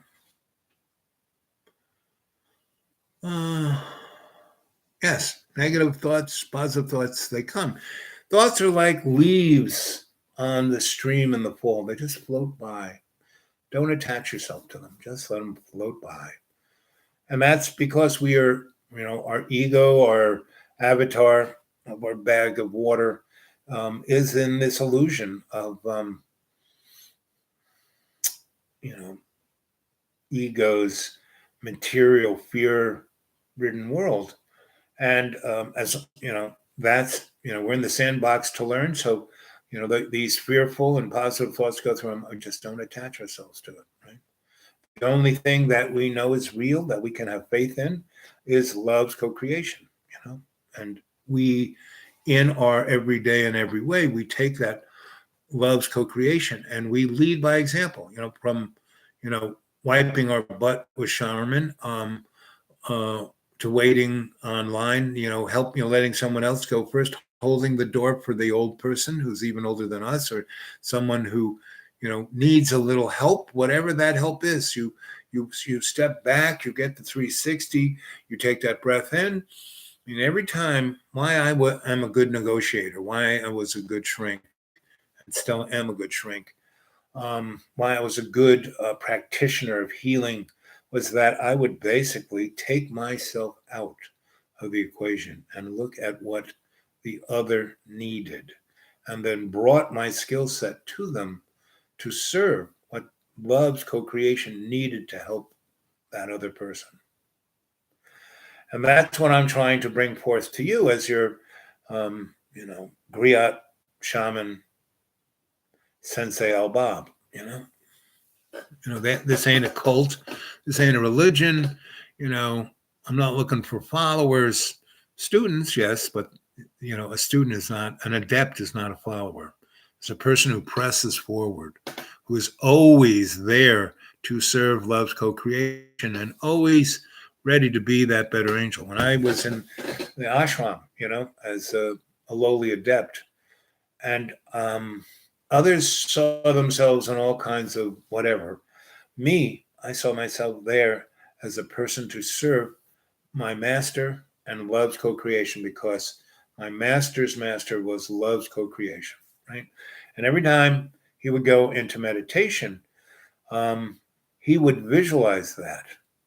And of the 12 of us, only 3 of us really got that, right? And in the end, the last who stayed a whole year with him was the 3 of us. And we, the bald head I had, this is what I looked like when I was 19 and in that ashram. I had really long hair when I showed up, but I shaved it all off because my master shaved it off. He didn't tell me to do anything. My master told me never to do anything. He led by example. I followed his example. When we first got there, the first night in the morning, I woke up because I just woke up and I looked out the window in the farmhouse that we were in, and he was cleaning up the yard. It was spring and he was like raking, and he had a sigh, and he started to cut paths through last year's long grass to the barn and out to the fields and to the buildings that kind of fell down. And, I went out, and in the, it was like a mud room. And there was another rake and another sigh. And I went out there and I raked, I came up from behind him and I raked the path that he raked, which made it nicer because he started it and I continued what he was doing. And that's bing, got in my head. I'm going to continue what he does. I'm not going to try and say, hey, I know anything. I'm just going to follow in his example, right? So after that, we, he knew I was back there, but he was making like he didn't realize was. So when he cut and got to the barn, he turned around and he's, I was not right behind him, but I was behind him raking up what he had cut. And he smiled because it made his work look better. And he smiled and and he told me a story about the adept and the teacher, and he goes, "You're the first adept," and and he said, "Let us gather some firewood and make a fire in the kitchen, and because there's still a little coolness in the house, and we can heat up. Everyone's still asleep, I can tell." And we collected firewood in silence, but he said, "I want to show you how to meditate in your everyday. How you can meditate, instead of having to sit there with your legs folded and closing your eyes and doing a mantra, how you meditate while you're doing work. Meditate while you're," and he goes, "I can see that that's what you did when you're an electrician. You were in state." And he goes, "I can see you found this process when you were a young man swimming." I mean, he could see my Akashic record. And when he talked about me being in prep school, and I never told anybody of this crew, because we were only there 2 days, any of my story, that's when I said, "Okay, this guy's the real deal." And so we went in, made the fire, right? And he said, "I want you to go check out the plumbing and see if we can get water running in the house." So I went out and did that, and I had to crawl around underneath the underneath the crawl space, and I got it to work, right? And I found out that there was actually a wood stove hot water heater, right? And that it also had another hot water heater that had natural gas, but they had one that you could start a fire in and get hot water. So I started, because I got all grimy and dirty. Anyway, so breakfast was really smelling pretty good. And Sensei, he had made breakfast. No one helped him, right? Now I helped him prepare. I chopped, and I was a sous chef there for him. And we had potatoes, and we were starting to fry potatoes, and we were doing some other stuff. And I found some, stuff that we could make pancakes with. I mean, there was still water there. Anyway, and then he said, "See what you do with the running water." And I did. When I came back, everyone had woke up from the smell of the potatoes and the bacon and the coffee, and they had eaten all the food. And they had eaten all the food, and Sensei and I hadn't eaten at all. And he didn't chide them or anything, right? And he said, "Okay, we're going to go out and work. You've had your breakfast." And he, took them to the barn and said, "Okay." And it was full of just up to the ceiling with rusted, crappy, funky stuff. He goes, "I want you to take everything in this barn and bring it out to the front of the barn and, lay it out. Not just like a big pile, but lay it out so you can see what it is." And be, "Why are we doing that? How are we gonna?" And he said, "No, this is first." And so we went back and we made ourselves a nice breakfast, and we had tea, and we cleaned the house up. And he found a part of the house that was, and these are one of those houses that was built in sections. First this part and then that part. And that's the farm, over the 10, 20, 30, 40 different generations, it kind of expanded. And there's a very nice, like the last part that was built, that was, like a Sears kind of house, right? And it was almost a separate kind of thing. And he said, "Okay, this is what we're going to do with this. We're going to turn this into our, our meditation room, or a hambu." That's hambu. It's like a classroom. Okay. So that was going to be that. And then there was another section that, was like another nice part of the house. And he said, "This is going to be my little section because it's kind of set away, and I'll have privacy, and this will be nice, right? And I can put my library over here and my, altar there, and and that's this nice little sunroom. I can give, talk to you guys in there, and it kind of connects over to where the hambu is. That'll work." And then he said, "Over here," which was the oldest, crappiest part of the house, he said, "That's where they'll stay." And he used to call them there, because he said they're all about themselves there, where they are. They were the they, the them, the there. And as they changed, they became an adept, But anyway, so that's kind of how we said, okay, this is going to be this. So they came in complaining, and we had made ourselves a very nice uh, brunch. They ate the breakfast. We were having a brunch. And we didn't make a really big one. We made a, just enough for us, right? But very tasty, very, very nice. And we made tea. And he said, okay, how's the water? So we ran the water. And it, once it started to be pretty clear, he said, well, okay, that's good. And he said, did you check, is there a bathtub? And I said, yeah, upstairs there's a bathtub. And, out back there's a bathtub. And in the bathroom that you have a shower.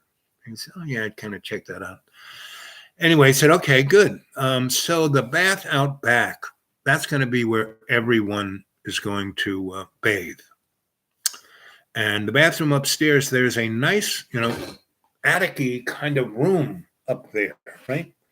I want you to live up there, above everybody, right? Be up there, right? And I have a sense that that'll be fine for you in the beginning, but you will find the place you will really like to be. And I said, okay, Sensei. So we kind of looked around and saw what needed to be done. And then they came in all tired, and it was now about 12 o'clock, and they were like hungry and they wanted another meal. And we had made a big thing of rice, right? And it was still boiling. It hadn't really turned into rice. And it was white rice, because it was a big 50-pound bag of this white rice that was in the water. I mean, there were a bunch of canned stuff. There were boxes of pancake mix and other cake mix, and from whoever was the last person in this farmhouse. And nothing was rotting, nothing was rusting, but it had been there at least a year, if not more. And so there was a big pot, and he made rice, and it was still boiling and not ready. And so he said, okay, I want you to go upstairs to the second floor and start cleaning all of that out. And they said, well, we just cleaned out and I said, well, clean that out, because that's where you're going to be staying. So clean out, say whatever you want, whatever beds or tables or whatever would be good. And pretty much they kept the beds there because they were too big and clunky and heavy. They threw everything else out, and the sheets and everything. And the sheets, they were pretty good. And those folks were like, they're not new, And they all were coming from the rich, because most of these people were doctors, right? And they thought they were and they were coming here to study this other stuff, right? And they had read books about it, right? But I was there because my colonel at Fort Hamilton sent me there to study with this guy. He knew him personally from Japan.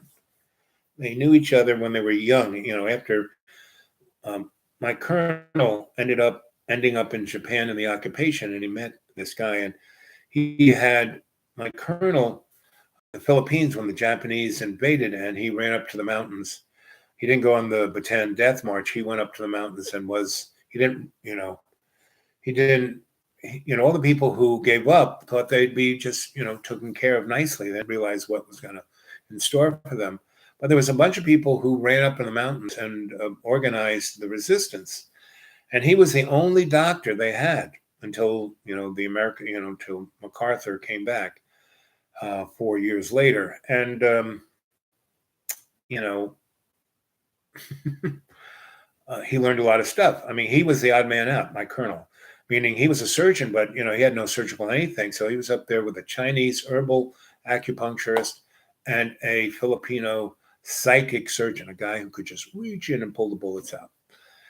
Anyway, so he learned a lot from those guys and was amazed, maybe this modern medicine I'm practicing is witch doctory, and I need to learn more. And so he started studying all around the world, and he was a Marine, and they sent him to study. He got a PhD in anthropology and studied all this stuff, and was a world renowned person on the mixture of all this medicine. And my first days at Fort Hamilton, he said, I'm looking for a protege. And I said, he was the boss, he was the head, he was the colonel, he was the head of everything of this big hospital, Fort Hamilton in Brooklyn. And I said, protege? He goes, yeah. I said, why? You want me in the operating room? I mean, come on, I'm just a freak. He goes, that's what I'm looking for. And so he sent me on a journey to study with all these people. And Sensei was one of the people he sent me with, and he met him, so after the end of the, when Japanese, gave up, he was part of the forces that came in there, and he learned Japanese when he was in the Philippines, right? When he was in the resistance. And so, because there were Filipino Japanese who were amazing that, were the resistance, but they pretended to be loving the Japanese because they were Japanese. Anyway, so he learned Japanese, and he was part of the army that went into Japan, and he went to Hiroshima, and that's where Sensei's ashram. He's a little boy, and they used that as ground zero, and it didn't get touched. The whole city annihilated, but the their temple was on the river on this island right in the middle. And there was a bridge going to either side of the city. And the people who could made it there, and they're the ones who survived. The rest were obliterated.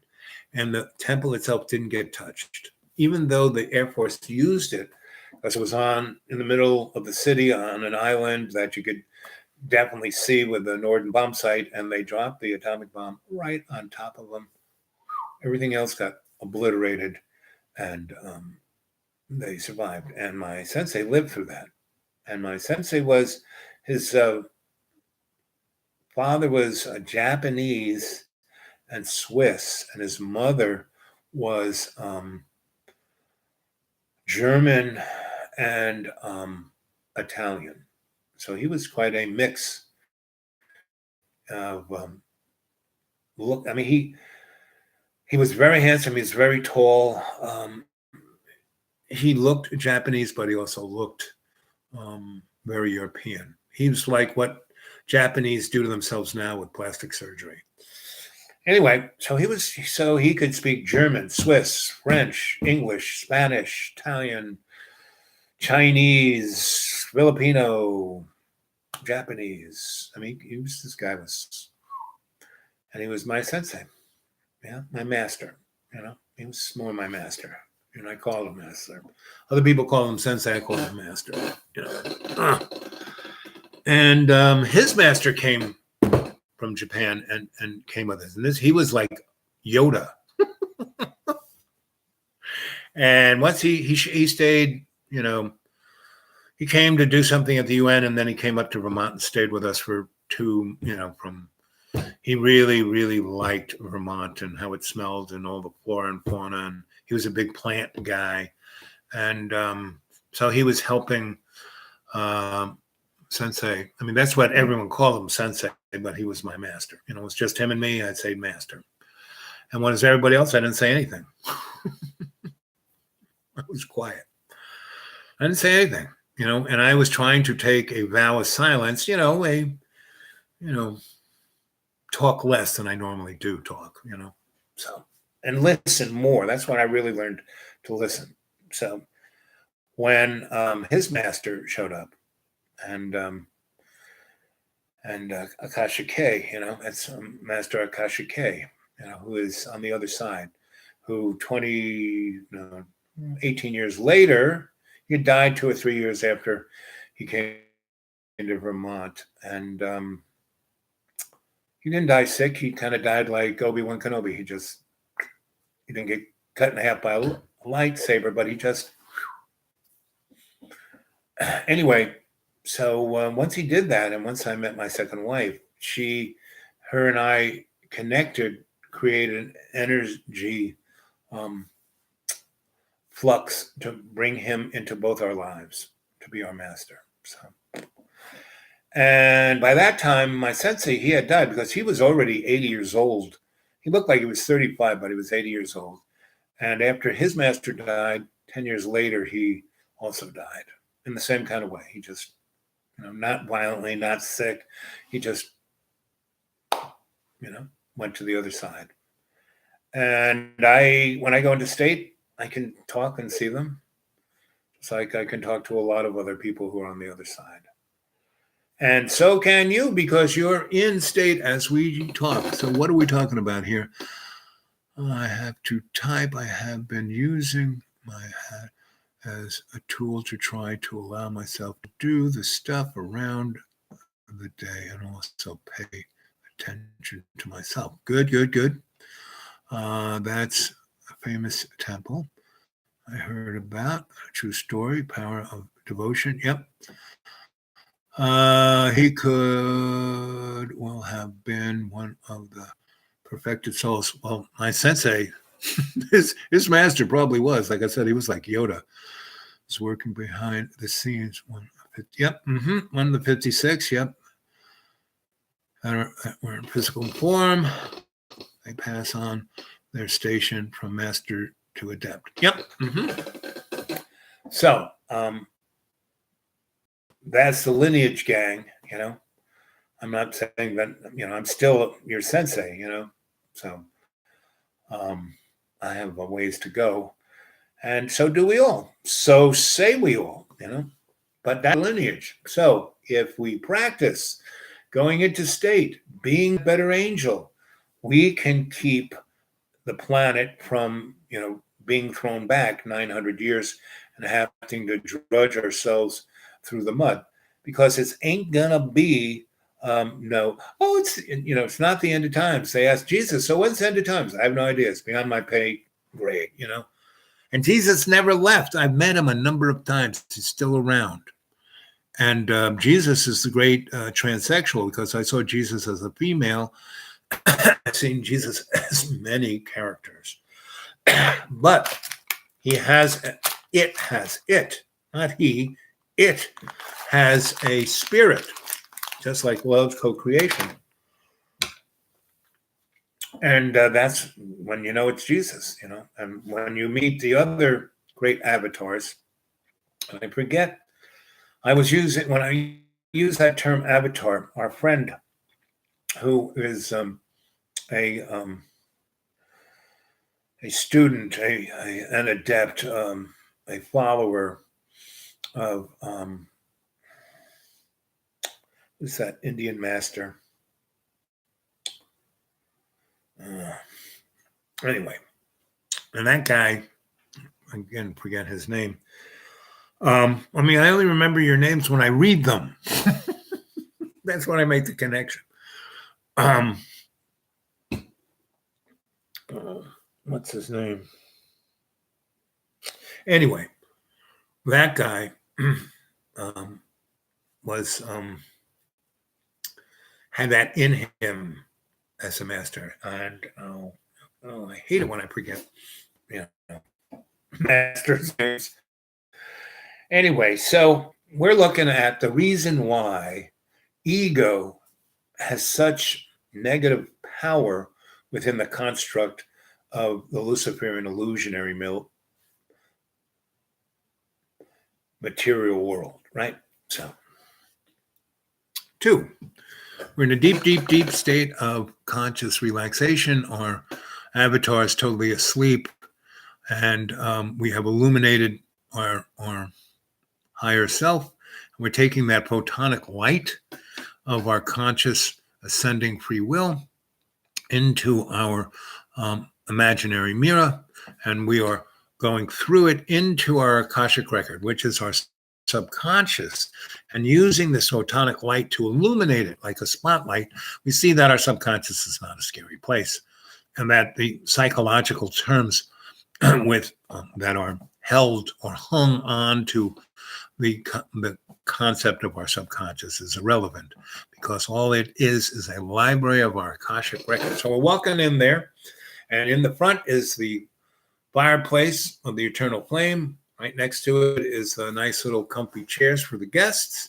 Then in front of that is our reading table. Above is the photonic light illuminating the whole space without a shadow.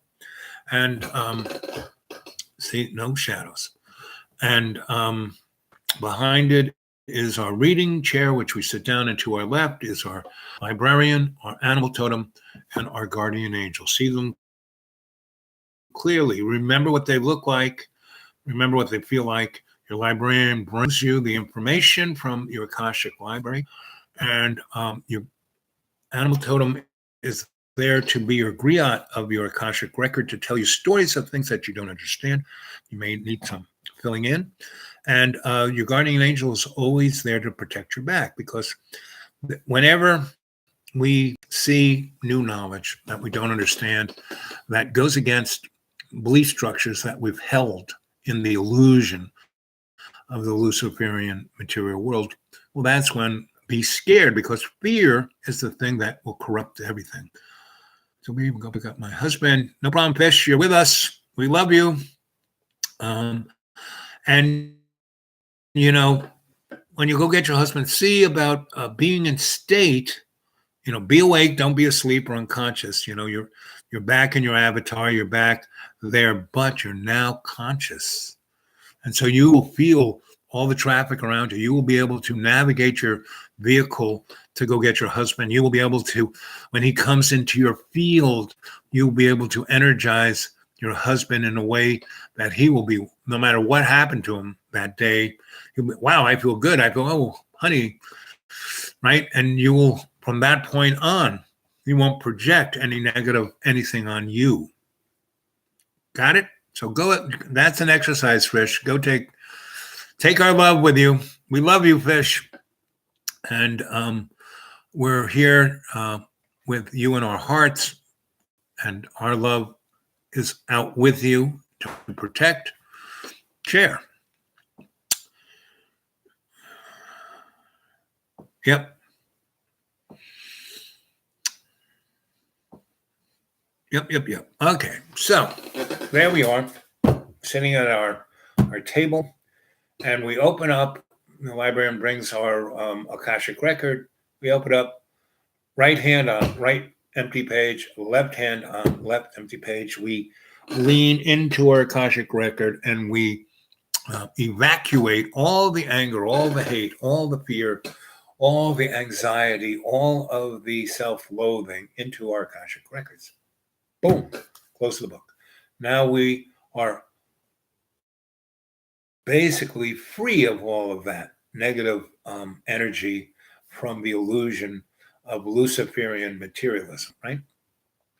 But we are still rising, ascending to our conscious free will. So we freely open up the book, and there is the empty pages, and there it becomes the big screen in front of us with the 28 little screens.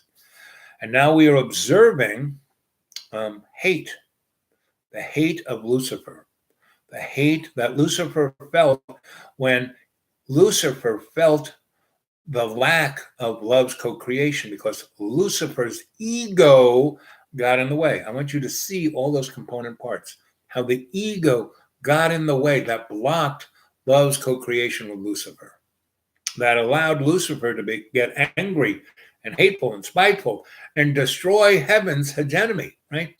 And explode it with such force of anger, hate, and misery that he created this illusionary world of the Big Bang, right? The Big Bang was Lucifer's breaking heaven, conscious free will into this middle land, right? We didn't really do that, so we weren't blamed for it, but so we were in the Garden of Eden. Bingo, here's Earth, here's our solar system, Garden of Eden, right?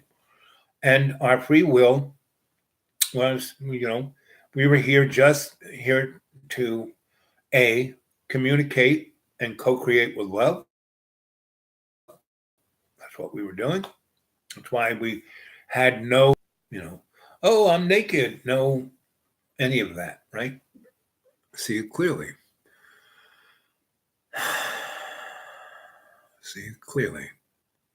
See yourself as that better angel. That's what we were when we were in the Garden of Eden.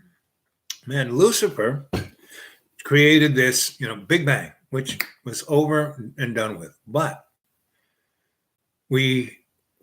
this schism was created, and by this, and it was supposed to be healed by our conscious free will to ascend to love's co-creation and to really bond with love's co-creation.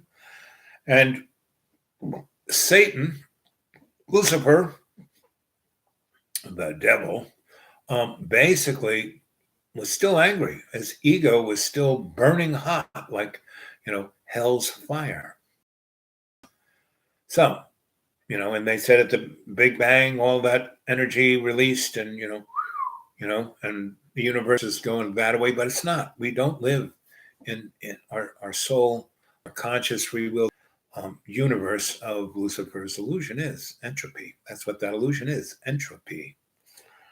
So anyway, I want you to see that ego, that anger, that fear, that self-loathing, all of those things that Lucifer has more than anybody else, right? And because of it, he can't let it go. He can't let any of it be that leaf on the stream floating by. Always has to grab it, always has to, control it, always has to, be Lucifer,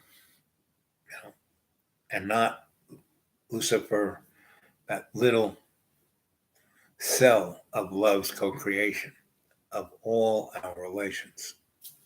Lucifer has to control all of our relations, even if Lucifer has to kill us all, and he can't. And that's why karma has us coming back over and over and over again. Now, what we can be is deluded and tricked. We can be that, but it can only happen if we let that happen. If we, oh man, yeah, I do want that car. Ooh, yeah, I do want to have sex with that blonde. Yeah, and that scene in The Matrix when they're in the restaurant with the guy, that French guy, and he's got this really the hottest chick that's screwing everybody he can because he can. And that's us. That's us, because we're deluded in thinking we can do all of that and not have to pay the price. And what was his price? He had to give up the key, give access to Neo so Neo could fix it. And Neo had to let it go. Why he was doing all this, because he had to, when he finally got to the architect's office, he's blind, and there's this wall of TV camera sets showing Neo being a billion different Neos. He realized, whoops, I've been here before.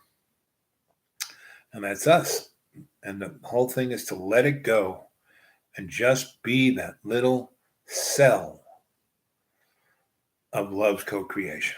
That's what it's about, and to co-create, that cell mitosis, zipping apart, the RNA coming in, the photonic light, the prana, the universal love energy.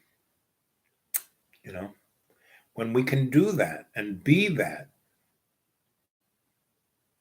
that's when the bubble of the illusion of Luciferian materialism will pop, and ego will go away, because it's a total illusion. It only exists in this bubble. It doesn't exist, ego does not exist with love's co-creation, and that is the singular lesson that your Sensei Al Bob, is here to teach you. And yes, it'll be, and I'll tell you, see, that's why I'm a griot, because I don't tell you the same story. I could tell you a bunch of stories with the same lesson in mind, but lots of different stories. And I try not to tell you the same story over and over again. I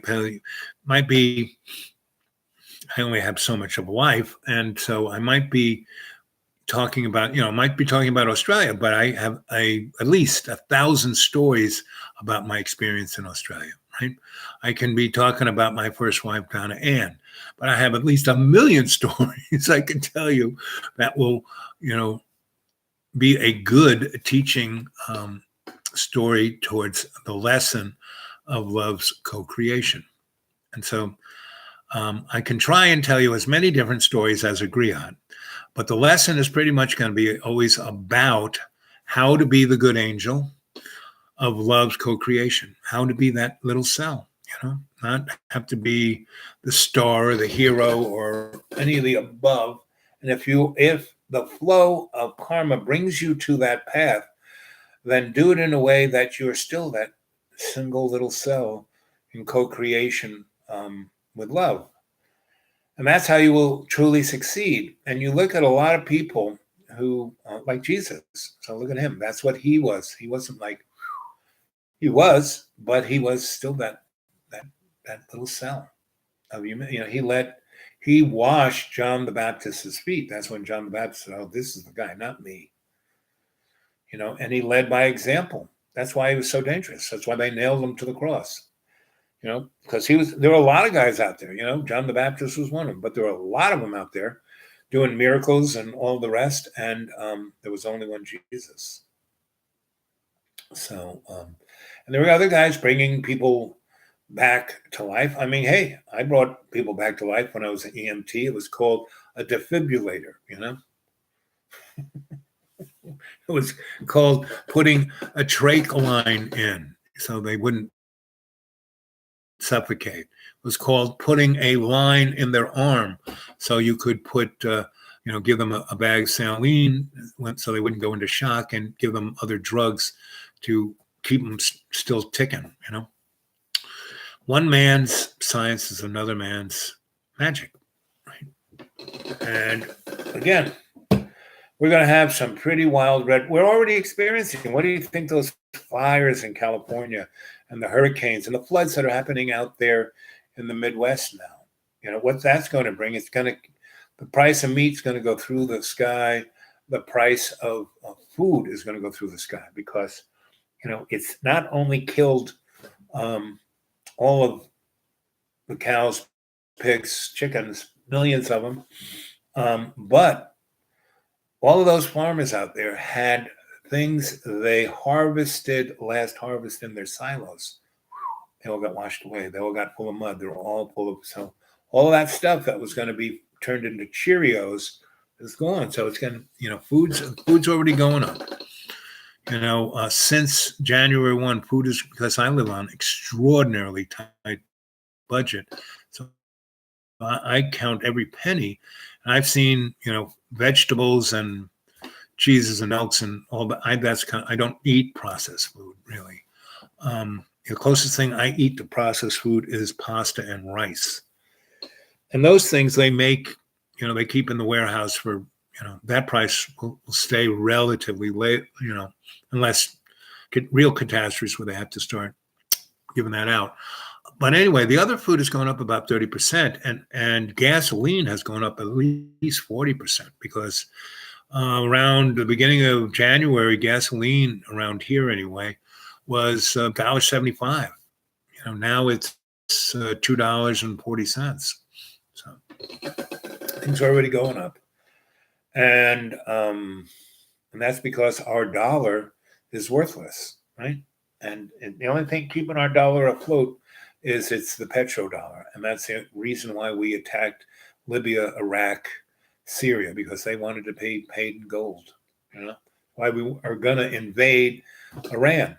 They're not a threat to us. Either is Russia. Last year, 2018, we spent something close to $1 trillion on weapons.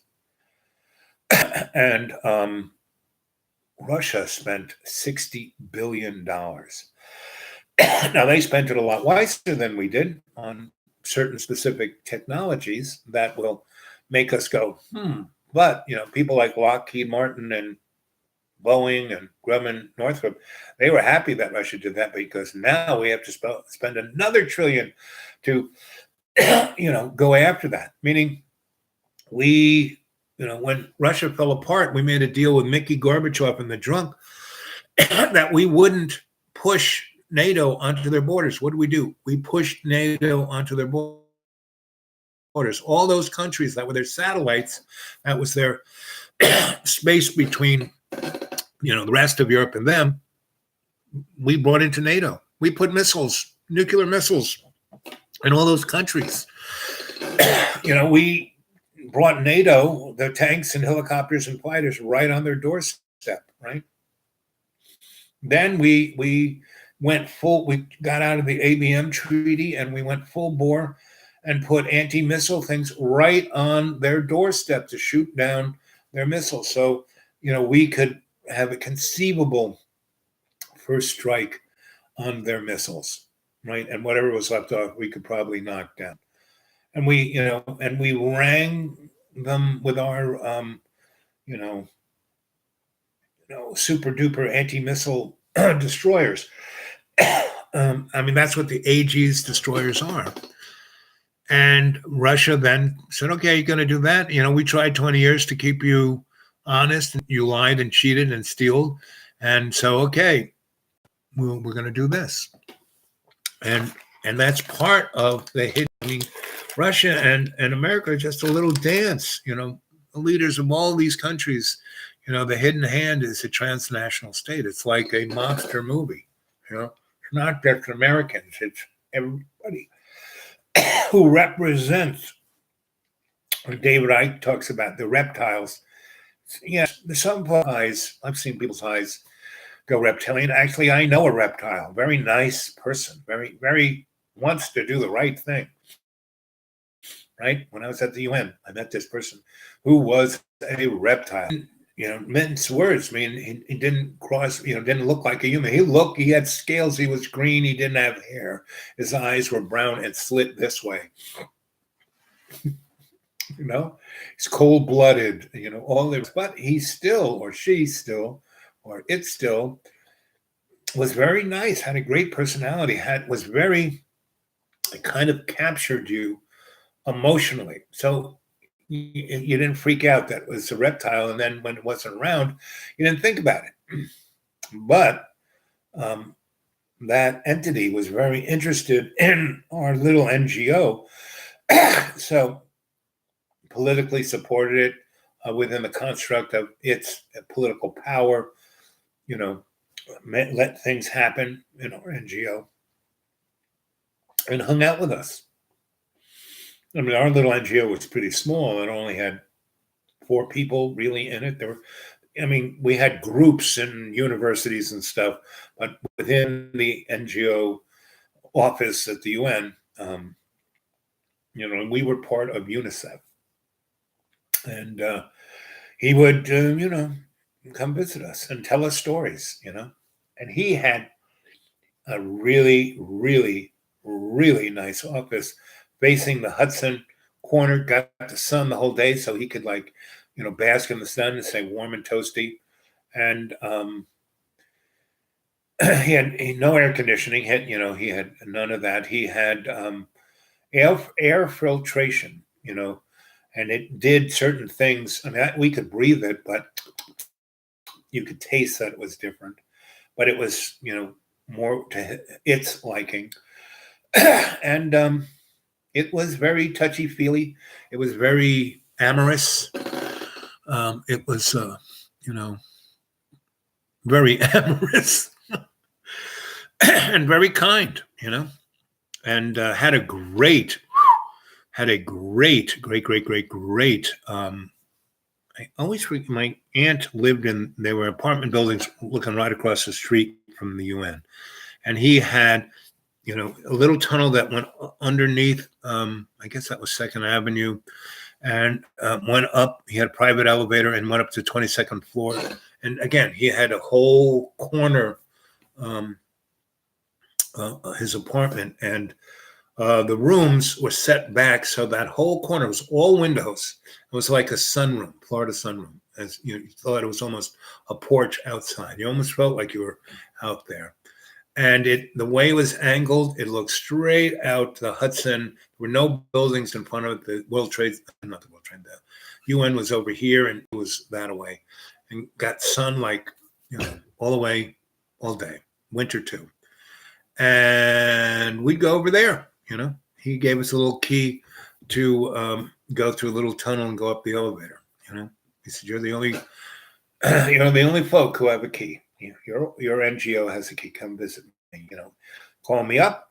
Make sure I'm not doing anything that I can't share with you, and come on over." Or because he was pretty autonomous in the UN. I mean, like I said, he he didn't hide who he was, and I thought that was really the bomb. I met other people there who were obviously from someplace else, but they more or less look human, right? Their skin tint and stuff were different. The other parts of their body were a little different. They had more little ridges and things. But, you blur your eyes. They wear a hat. The clothes they would wear could kind of mask that. And no one ever took pictures, meaning they didn't just let anybody with a camera in that place. And so, anyway, again, we're in state. So as I'm telling you these stories, you're seeing this stuff, right? That's why I brought you into state. So it's just not going up there. You're seeing this stuff.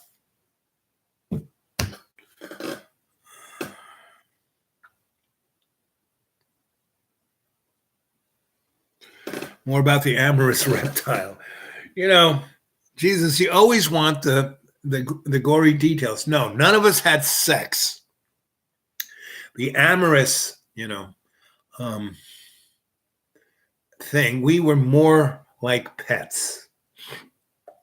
I mean, the amorous was hugging. And like I said, I really like the first person to really kind of, because this guy could read you like a book, and wasn't a guy. I didn't know what gender this thing was, but everyone has a spot. Some like dogs go like this, when you rub their back or their belly, they kind of go like that.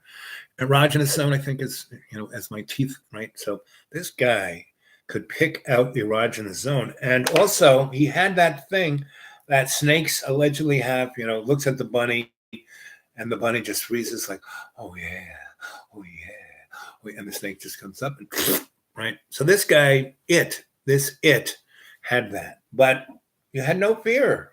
This guy, you had no fear with this person, and he would saddle up to you, and his seats, all his furniture in his office and in his apartment. I wish I could remember the name of that building. I'll look it up.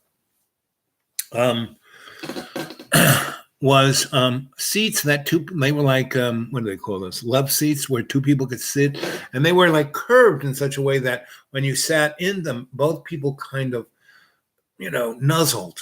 There was hard way not to nuzzle. I mean, if they were just a seat wide enough for two people, you'd be like this, but they were kind of curved, so you kind of nuzzled. And he had this thing where I keep calling him, but again, I can't tell you what gender this thing was. There were these ridges here, and he would put them on your neck or on your ear, and you would just start to drool. So if you wanted the real details, there you go. And again, you're freaking in state. You should be able to see this. So I hope you're seeing this. I hope you're getting the full 411, Jesus. And the other thing I felt from this creature was unconditional love. And the other thing I felt was it had admiration. I mean, even though I was like his pet, he projected or communicated without words, and he would often talk about it, its admiration for other creatures that had this empathy. And now, we had this, don't you have empathy? Come on, you're making me feel so good. I says, well, that's a different thing. That's hormones. It's not empathy. And I said, can't you? I mean, obviously, you wouldn't put out those pheromones and make me feel this way unless you wanted to feel that. He goes, oh, yes. No, I feel everything you're exuding. And I have a gland that, makes me feel really good. And when my species reproduce, that's kind of what brings that reproduction thing. But your hormones aren't super duper wacko as ours are when we are in that zone of reproduction. So that's why I kind of hug and scratch you and rub you like, a dog, a really good dog, a really smart dog, a really loyal dog, and he would go through all the adjectives. A special dog. And that's what I think. I mean, I was already a dog guy before that, but that sealed it when I said, okay, I'm a dog. And when all my friends up in Harlem and Bed-Stuy, hey, dog, I go, woof, woof, woof, woof, And that's why you saw me, if you saw today's video, those dogs, the puppy dog, the big black dog, he's just a puppy. So he's just uber love sucking. And if you love it makes its feeling and power of reciprocating that, which the little dog is actually pretty old. I don't know, 5 or 6 years old. And before my neighbor got it, it probably was misused. And little dogs have chips on the shoulder anyway. And that dog really did. And he would snarl and snap and bite and, bark at everyone and everything. And then that puppy showed up, and that puppy just gave that little dog just so much love and affection because it was smaller than the little dog. Now he's 4 times bigger than the little dog, but the little dog, in the eyes of the big dog, is still older and smarter. And they play and they play and they play and they play, and the little dog loves it. And it's brought that kind of love to that little dog. So now, they come up here because their owners ignore them and, barely feed them. I don't really feed them. But what they do get from me is unconditional love and playing with them, And no one plays with those dogs, so I play with them, and they responded in the last month, really, and especially the white dog. And now the white dog comes to me and nuzzles me and wants to get in my lap, which, boy, that was so far away from what that dog would do a month ago, right? And that's what that reptile was like, He had that kind. He couldn't empathize with your situation because this guy was coming from another zone, area code, and so he laid eggs. It's like, it was, but it was still affectionate, more affectionate than my parents, and really, he was like, again, I keep saying he, but it was really like an affectionate parent because he supported what we were doing so much because he said, you're the only guys here that don't have a political ideology that you're pushing or a political outcome. You just want the best for humanity. The rest of these morons talk about it, but you're the only ones doing it. And you're doing it in a simple way that, we like, I'll bring this up again. So we were the alternative technology, NGO, right? And one of our things we decided, and it was really great. Like I said, there were only 4 of us, and there were colleges that were part of us, and we would come up with ideas, and they would go off and do studies, and they get grants and stuff like that. But we would come up with really, really, really simple ideas, and this guy would give us. Did you ever look at this? And I remember one day he had a 1-liter soda bottle, right? Clear, right? And he goes, I was over in India and these things are all over the place. It's just garbage everywhere, right? They buy soda, they buy water, and, and they just don't have real drinking water. So it's a real problem. And he goes, but these bottles are now becoming a real problem because they're just cluttering up everything. And, they're causing, when the big rains come, they all go down and clog up the sluice. And anyway, he goes, what do you think you could do with these bottles? And He goes, and their biggest problem is potable water. What do you think you could do with this? And one of the smart ones of us said, well, potable water. And he goes, what kind of plastic is that made out of? And the guy goes, oh, by the way, I just gives us a sheet of paper that has the chemical compound breakdown, everything, and what it does, what it, protects the product from da-da-da-da-da. I'm looking at it, and the smart one goes, this plastic does not keep UV from going through it. It does other things, but it doesn't stop UV. Now, if we take just groundwater and strain it, so the particulate isn't there, and put it in this thing and put this bottle of water, after 2 days, it should kill all the bacteria and all the things that would give you the trots and make you sick. Then, if we had another one of these bottles, and you say there are all these bottles around, you take one, you get an eyedropper that just has Clorox, and put 1 drop of Clorox and, again, have a funnel now with some cheesecloth and pour that water into that liter bottle. It will take even the smaller particulate out, and that 1 drop of Clorox will kill everything. And then you put it for another day in the sun, and you would have basically, reversed osmosis cleansed water by just using this thing that's all over the place. So he goes, well, that's a great idea. We should write out a protocol and put it into UNICEF and have them publish it out through their process for everyone to get drinking water, because that's their biggest problem, because all the babies get the trots and die. So we did that, and we cut the deaths of the babies for the first 2 years in half. And then the powers that be told the soda bottlers to put a 3-cent American deposit on all those clear, you'll get 3 cents for every clear bottle that you turn in to the store, 3 cents. And in India and Panjshir and all those really, really, really poor places, that was like a week's worth of food. And so they'd collect 100 of those clear bottles. They'd have like a year's worth of food for them and their families. And from that point on, the soda bottles were green and had chemicals in the plastic that stopped UV.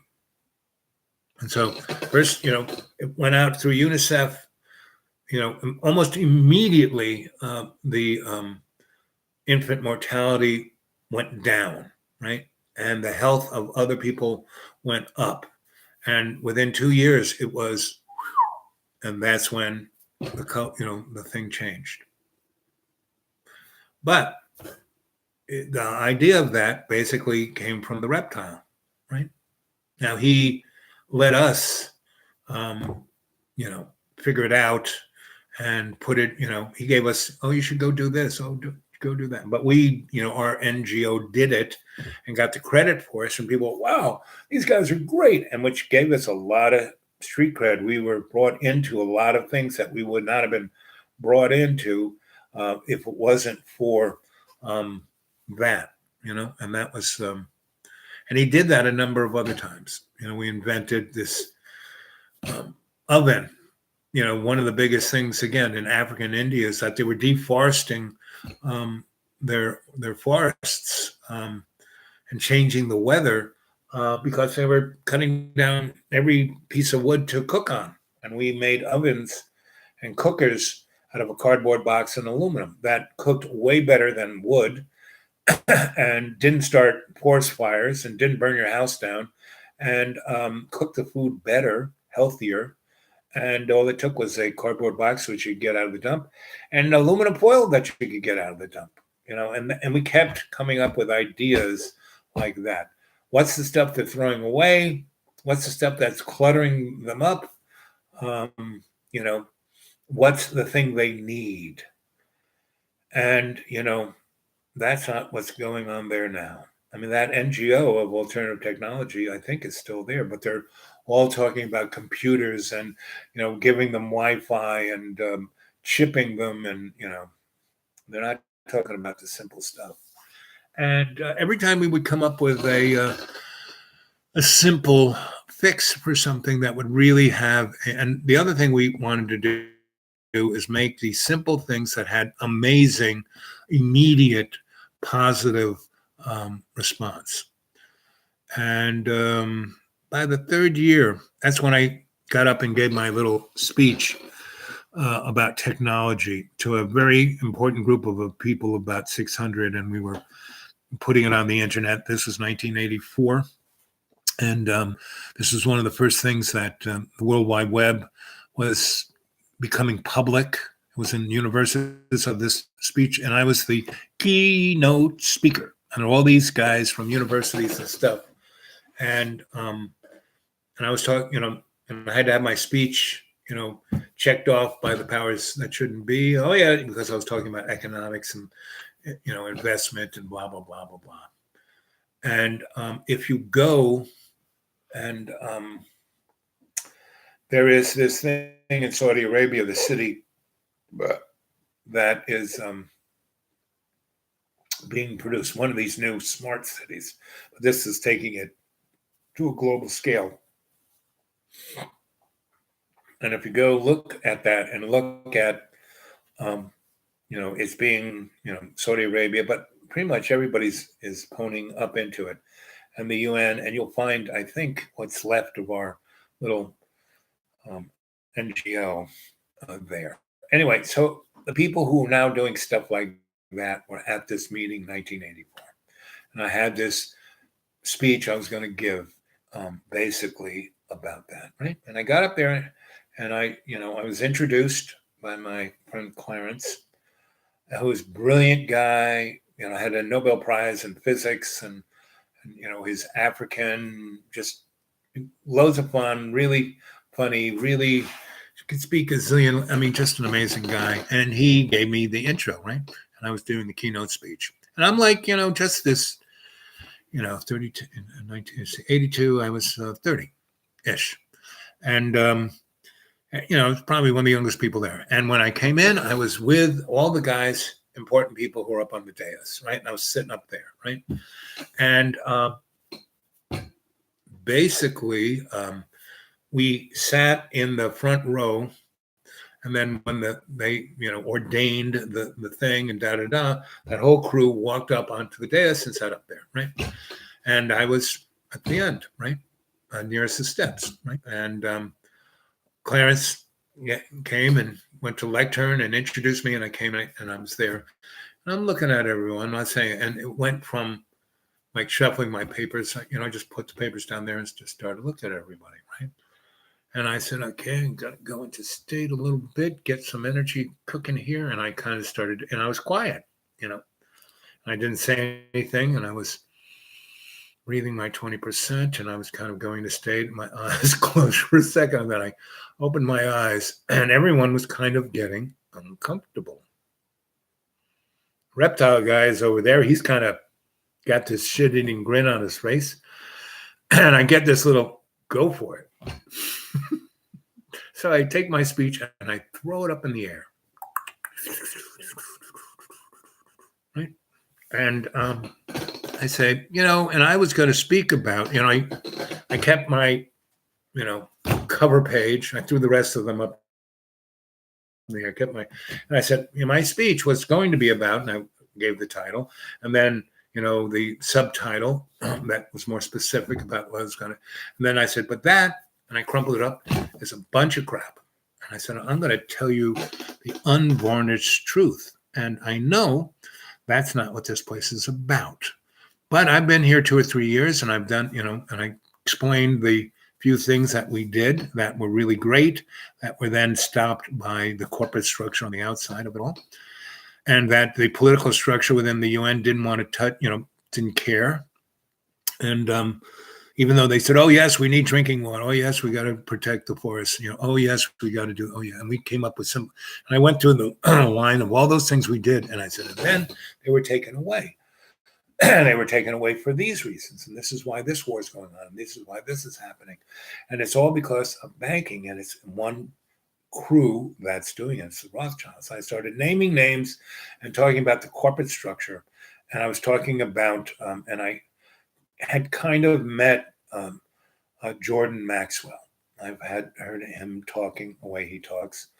And I talked about, the whole thing about how we're all owned and, we are just, chattel. And I just kept going and going. I said, and, look what's happened, I started talking about the Bible and flying saucers in the Bible and all of this stuff. And I had read a couple of, like I read Sitchin's book by then and a few other things. And I started talking about him. And I studied with Joseph Campbell, I'm went to a number of his lectures. And so I was just going that way.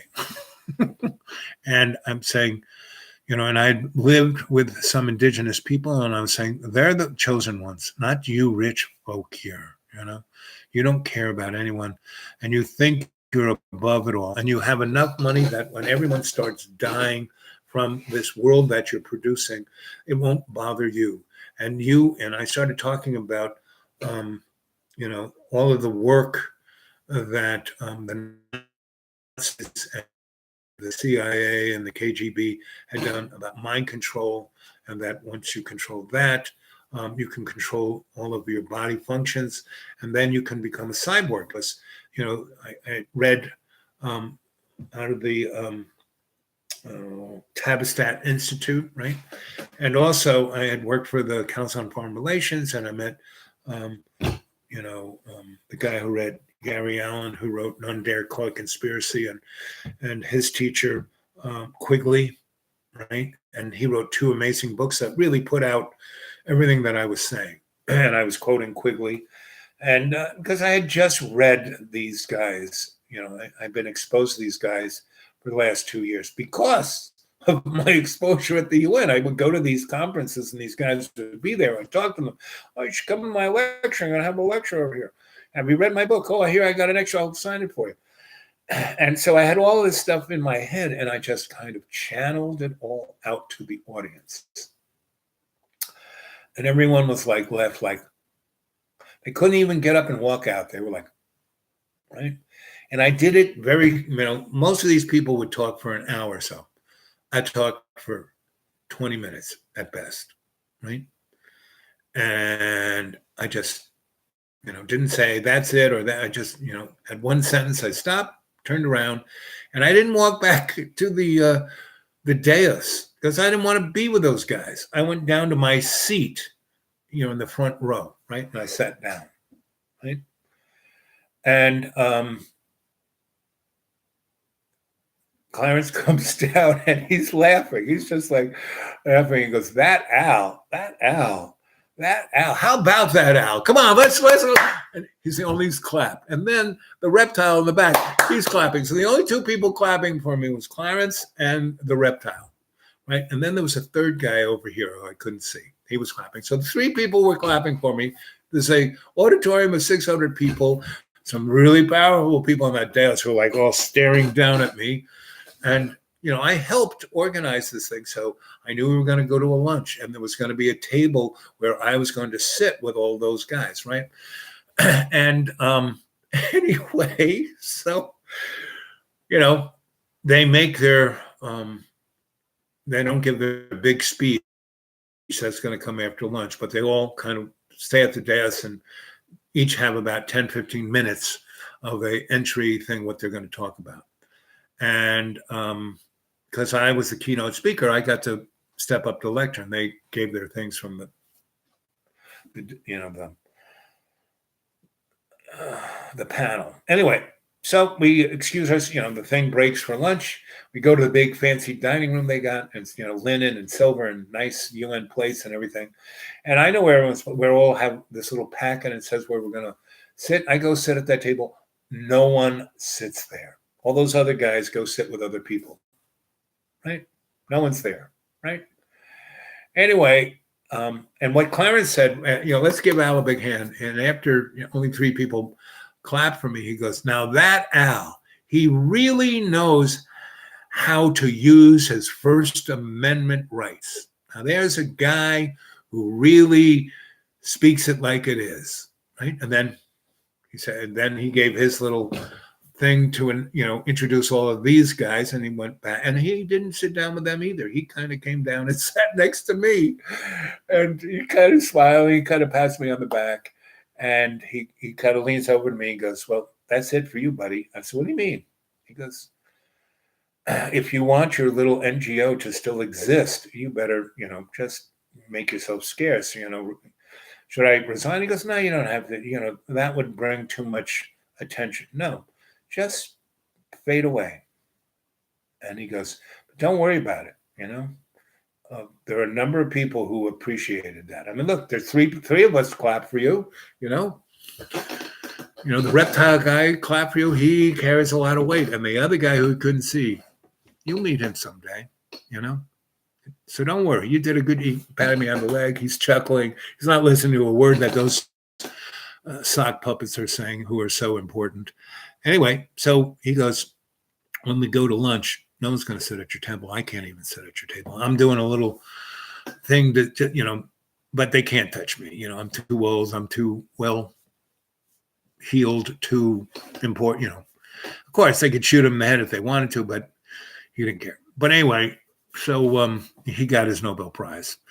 Anyway, he basically says, at your age, I wish I could be as stupid as you." And he laughed again, and he passed me on the leg, and he gets up and he walks out of the auditorium, and and the people go through their thing, and he doesn't come back. He doesn't even come. He wasn't in the dining room for lunch, and he didn't come back for the rest of the meeting. And he was the head cheese of the thing. Our little NGO was thought it up and said, "Hey, let's do this." But the only reason it happened is that his office said, "Oh yeah, this is a good idea. We should do this." And so we did it. So, our NGO had no juice, but we would go to other, like UNICEF. And the reptile guy was, he didn't run UNICEF, but he ran UNICEF. Anyway, bottom line, at the lunch, the reptile guy never had lunch with groups like that, because there would be some people who weren't in the know who might see him and go, "Oh my God." So he never came to those kind of affairs. But so I sit at the table. I do go to lunch. I say, "Fuck it, I'm going to have that. I know what we're having for lunch. I'm going to have it." And not only am I going to have it, there's going to be 12 plates. I'm going to take each one. And I went back to my thing, and I had this like gigantic cooler, right, with Tupperware containers, because I constantly took food from the UN to take home for me, because it was really tasty stuff. They had great chefs, right? So I did. So I had my cooler and my Tupperware. This is an homage to my grandma. She used to do that all the time. Anyway, so after we left, I kind of went over to my office, got my cooler, sat down at the table, and they brought my lunch. And the waiter had a tray. I said, "Just put the tray right there," And the other waiter came with the other, "Oh, just put the tray there." And so I ate mine, and then I ate a little bit off of each plate, and then I put it into Tupperware things and put it in the cooler. Next, there were like 5 things, and each table got 4 bottles of wine, and I put that in the cooler. So when I left, I left with there were 3 different types of wine. So I had a lot of wine, a lot of food, and somewhere around dessert, this guy who had an impeccable suit, tailored suit, tailored everything, every hair, his head perfect.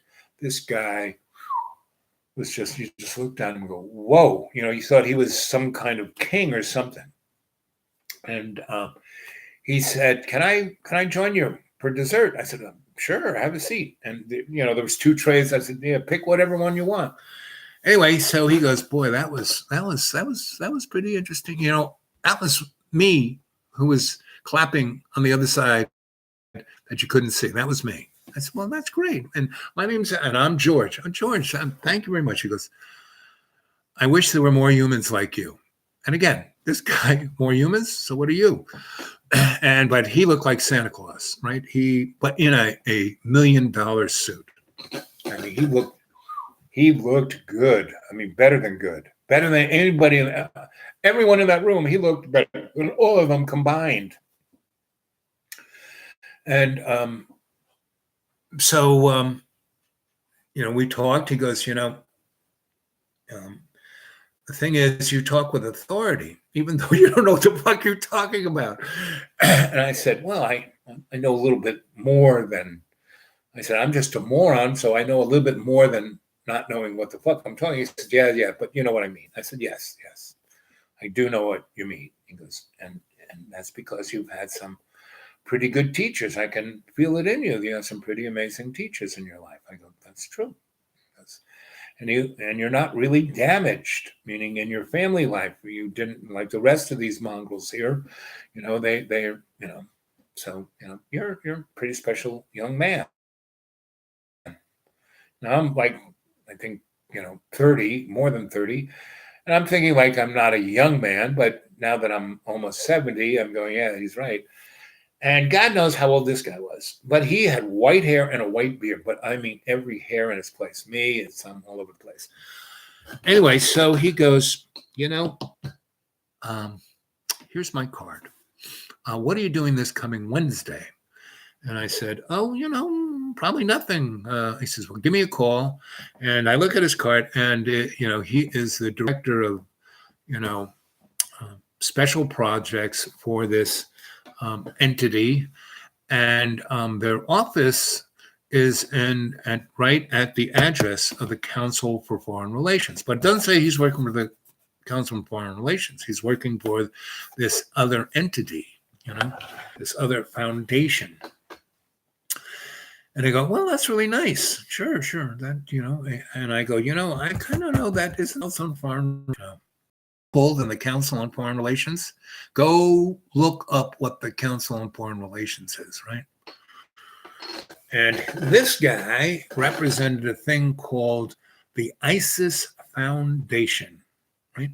This guy started Intelsat, the nonprofit world organization that put the satellites up there for communication, weather. It wasn't the American government. It was this other entity, Intelsat. Go look up Intelsat. Still exists. And see what they, where they came from, what they did, what their mission statement was, and go look up the ISIS Foundation. Now, you're going to have to do some homework on that one because they are uber powerful and hidden. But if you're a good scholar, if you're good at picking away, connecting the dots, and it's not ISIS, those morons, who are basically, some drug gang that the CIA put together. No, so go look up George Christie and ISIS Foundation and Council on Foreign Relations. That's a little bit of your homework there. Anyway, so the next 7 years before George died, I would go have lunch with him all the time. And he would, have other very interesting people there, and I'd show up in my work clothes, not a problem, Well, I had his business card. He said, keep that. And they changed, that's why I learned to change my business cards. And they had a history. So that business card was, wow, you had that business card, And once I married my second wife, he really adored her because he goes, you really dress Al up nicely. And boy, and she, the only other person who dressed as nice as George was my wife because she was a fashion designer. And she made her own clothes. And she too, every hair, everything about her was like, wow. And he would take us out to dinner to really nice places. And my second wife really liked that. She liked feeling special. I mean, why she liked me?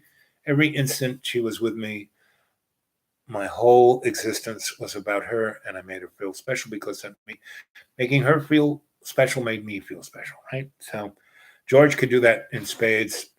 we'd have dinner. I want to take your kids out to dinner. I don't, and he'd send his limo for us, right? And send her flowers all the time. I mean, he really, he couldn't send me flowers all the time, but he sent her flowers all the time, and she put them up in our. So I appreciated the flowers, So a very special kind of thing, and she was very near and dear to his heart, and he died about 2 years before my second wife died on me and came back. So, and again, if you go to my xratted.blogspot.com, the story of my second wife is in there. So you can understand the kind of special relationship I had with her and the one George had. And she was the only other person in my life that George allowed into his life. There were all other kind of people who I worked with that I thought, George might. And he said, no, I know who they are. Don't want to know. Don't want to. No. Because about 3 years before he died, he started saying, I'm going to die soon. And I said, George, you'll live forever, because he had to be over 100 from where the things he was involved with, where he came from. And I don't even know if he was human. Anyway, he says, well, dying or not in this body or not being here, I got a limited, that's where I got on that term of limited warranty. Because, and so, you've seen the projects that we're doing, and, the people that I brought you in contact with, they are, old folk. You're the closest thing we have in our little study group that we could call a young person, and we need young people. We would like you to, be initiated, be part of the, and it was more than it was more than if it was just an institute and it was a job, hey, I would have done that. But it was more than that. It was like getting read in. It was like being, you got to, there was a ceremony.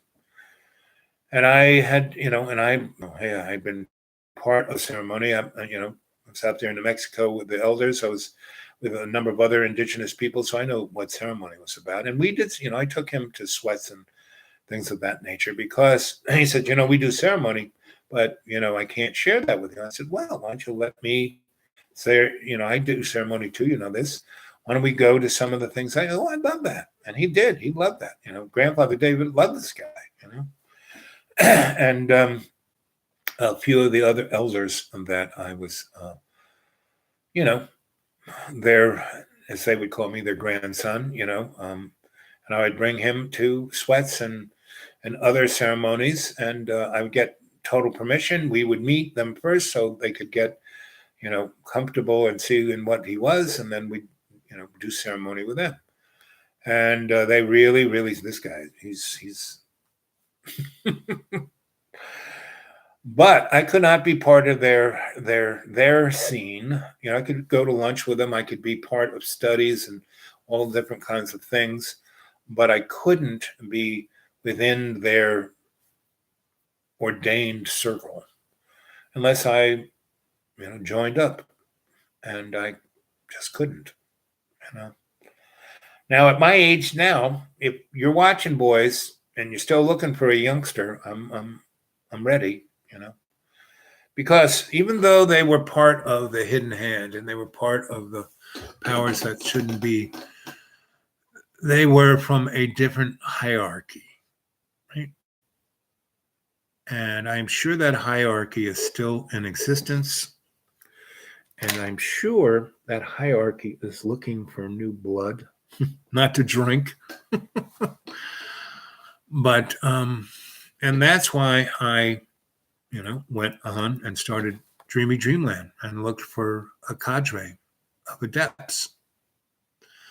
Because that kind of hierarchy may not need us to join it as a group, but they can still support us, right? And we can bring the energetics that they understand that the rest of the dying infrastructure of the hidden hand and powers that shouldn't be need.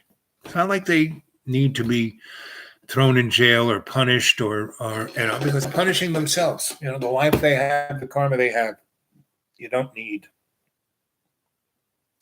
to punish them, and the suffering that others had at their hands may have fractured certain elements of their psyche, but their psyche isn't their consciousness, and their psyche can be healed. And by that suffering, it elevates their ascension of their conscious free will.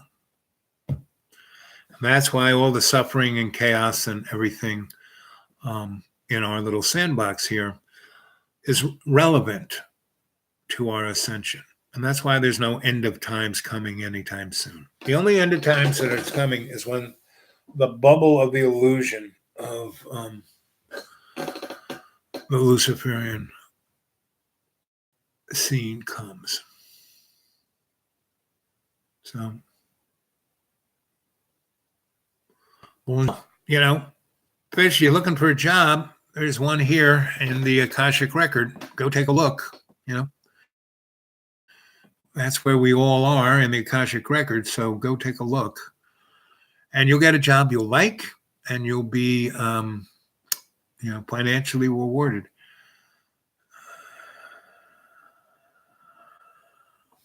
And that's what your griot does. Tells you a story, right?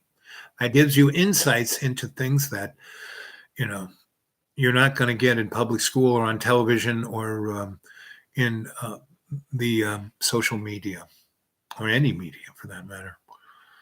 So that's why I'm in pretty good, humor. And, even though I died one more time 4 years ago, and it took a toll on my physical self, it upped up my ante and my scale. So, I feel good about this, and I put over 600 shows on the old Dreamy Dreamland. So I say, hey, everybody out there in Dreamy Dreamland, well, it's like I'm getting close to 40,000 views. All of those 40,000 views, you guys should be not taking down, but copying all of my shows, putting on flash show, just like Dragon did.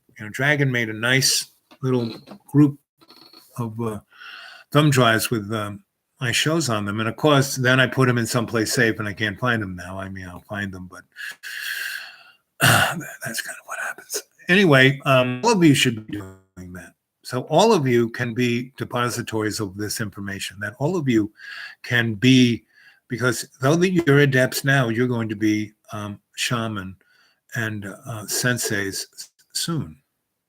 And all your relations, all our relations need us to do that, right? That's why I stepped up. I could have said, I'm tired. I did it, done it. I don't need to do it. But, again, I was exposed to some libraries where I was able to do certain research to say, oh, look at that. I didn't think that was going to happen. Okay, I guess I had to put the spurs back and get in the saddle. So that's what I did. And I'm having a good time doing it, And if you guys come to the Deep Green and we can put together something that we can take on the road, that'll be a lot of fun. And that will kick this up because it'll be the traveling video art circus. We will take it to university towns and universities where we will leave the seed of the freely inquiring society, which will spread its little fungi germi throughout the land, right? And it'll be fun. And we will be financially rewarded because on the just simple ox and razor plan, all those colleges have a student activity fund that they need to spend totally every semester. They collect it from the kids as part of tuition and board and student activities fund. And they can't roll it over. They got to spend it. That's why they have bands and lectures and this and that. And if we put together a good syllabus and send it off and put up a nice website that universities take a look at, we will get a lot of hits, and we can go entertain and educate and have a good time and spread the fungi, and leave a lot of people trying to create their own freely inquiring society that can be part of the Humanities Artist Trust, our big nonprofit umbrella, because we start traveling video art circuit first and show what we can do, we will get a lot of, oh, you need to have a 501c3. We might even make one for the traveling video art circus unto itself. But we then make a large umbrella that can fund a lot of things, not just us, but a lot of other things. And when we do that, that's when the hidden hand and the powers that shouldn't be and the hierarchy that make those entities up will give us a lot of funding, a lot of support, right? Because I've done it before. I've had experience. I've been more, Clarence went, I don't know if Clarence was the first person to say it, but he wasn't the last. I am an acquired taste. Part of me, if somebody pushes against me, I push against them, but not with violence or anger or hate or vile, but with love. And that puts people off more than if I would hit them or something. But if you push up against them with love and humor and have a good time and make them laugh when they want to get angry at you and go, argh. And that was one of George Carlin's keys to success. He had he had an acquired taste. But whoever he came in contact, he could, make them, no matter what he said, they liked him. No matter what he said, it made them laugh, and made them think. And, I must have that gene. We both came from the same neighborhood, Harlem. So that's what I want to do. I'm a strategist, and so I plan and I set things out and I get the ball rolling, and the ball is rolling, and it's being relatively successful. Yes, things can occur and I can get a little frustrated. Hey, I'm a human being, And, I got a lot of things that, I got a lot of aches and pains and it's been really nice to be up here at the school. It's like the old days, just by myself, me and the hill. And I was talking to a dogwood tree, and it hadn't, none of the things that up here haven't until yesterday and today hadn't sprouted. You go down to Inga's, which is only probably 120 feet lower down from here, and it's already flowering. You go down to the valley, it's already leafing, and it's already flowered last month. So that was always nice about here. If you were down in the valley, spring would come, in March, and then it would come again end of March at Inga's, and then it would come again in April up here. So you get spring 3 times, the flowering spring. So anyway, I was talking to a dogwood today, and of all the other trees I could see, they went from being gray to start being a little brownish green, meaning the buds were coming out from all of the limbs.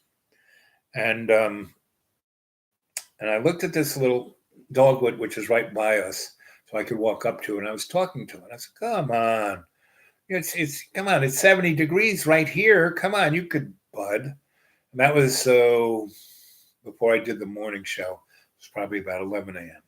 Right?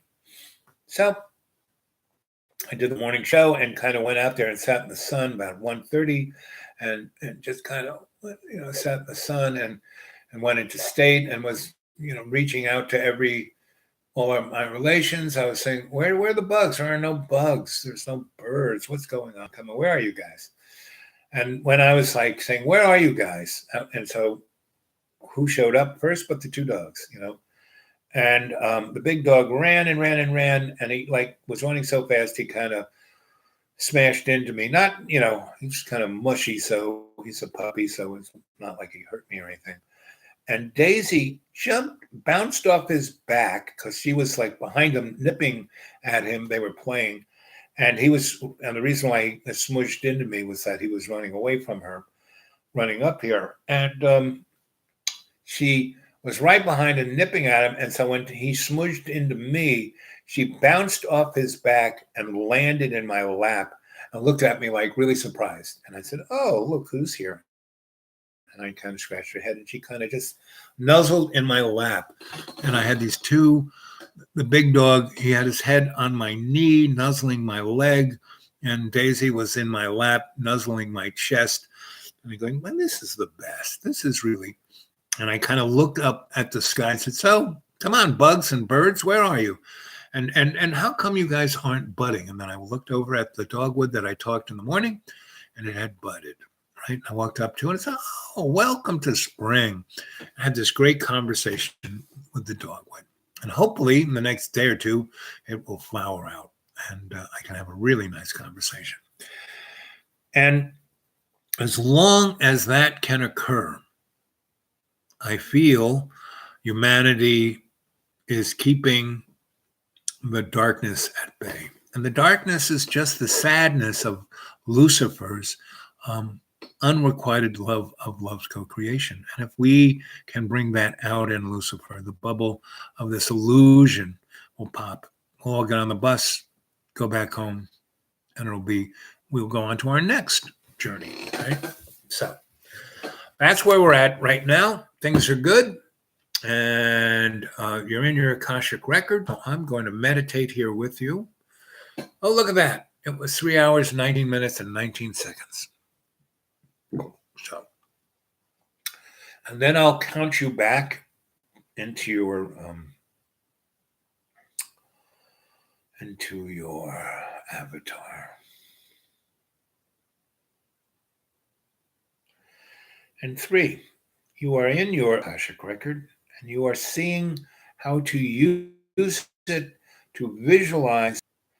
You're visualizing, seeing that all things are as they should be. And from now on, whenever any kind of disappointment or frustration from the material illusionary world of Lucifer's separated love from love's co-creation, you will go into this state of mind just by breathing in 20% and closing your eyes. You'll be right here, right now, feeling this unconditional love, feeling the love that the reptile felt for me, feeling the love that Clarence felt for me, feeling the love that Santa felt for me, the head of the ISIS Foundation, Dr. Christopher. See it clearly. Feel that love. And each of those came from very different parts of the hegemony, of the hierarchy. Some had more human in them, and some had less. But they all had the elevated essence of love's co-creation. See it clearly. Feel it. And from this point on, you are an adept that has been entombed. The 3 of you have been entombed. Now you are a member of the cadre, the 262. So in your dealing for the rest, you spread that kind of love amongst, lead by example through all of our relations. When you see an ant, don't squish it. Pick it up and talk to it. When you see a wasp or something that might sting you, talk to it. Don't get in its way. Don't threaten it. Be aware. Most people get stung because they don't know the thing is there and they sit on it. Be aware. As Buddha says, when the travelers, "Who are you, man? You God? Where are you?" Buddha replied, "I am awake."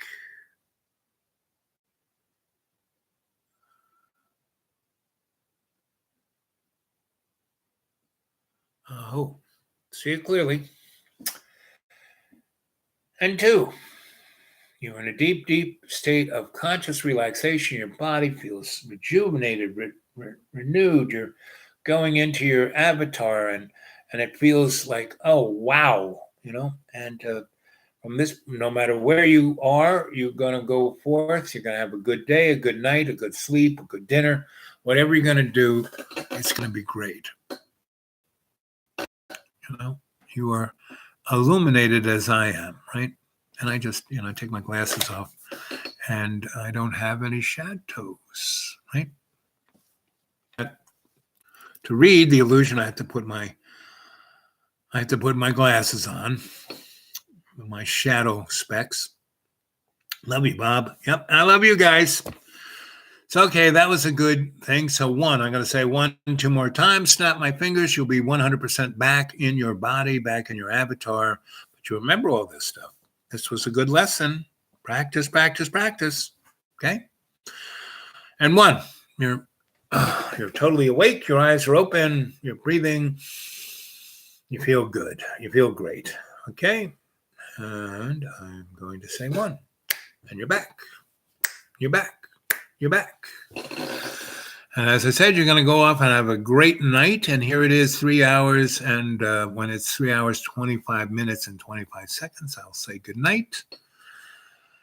And, go back and watch these other things. And, if you can't watch them in one seating, put them on a thumb drive. Save these things so they just don't disappear, because someone with a bad attitude, which if they watch one of these things before they predetermine their bad attitude, they won't, that's why we haven't really been harmed, because we're not going after anybody. We're not bad-mouthing anybody. We're not dissing anyone. We're not saying, oh, they have to be punished. No, we're saying, we love you. We love you. We understand why you're scared. We understand why you're full of fear. We understand why you think you have to control everything. But that's okay.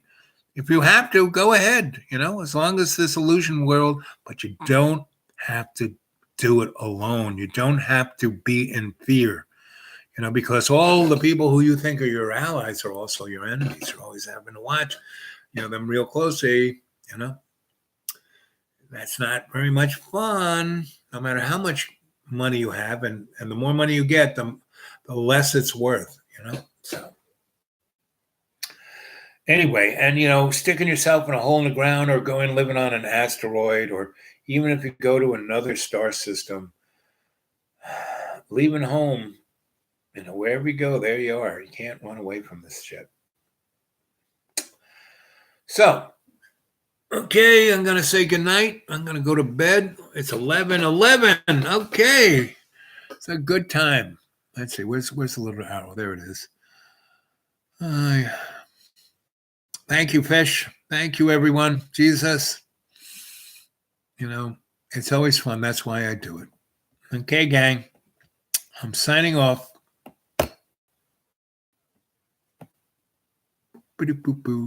Do-do-do-do-do-do-do-do. Wee! Do-do-do-do-do-do. Wee!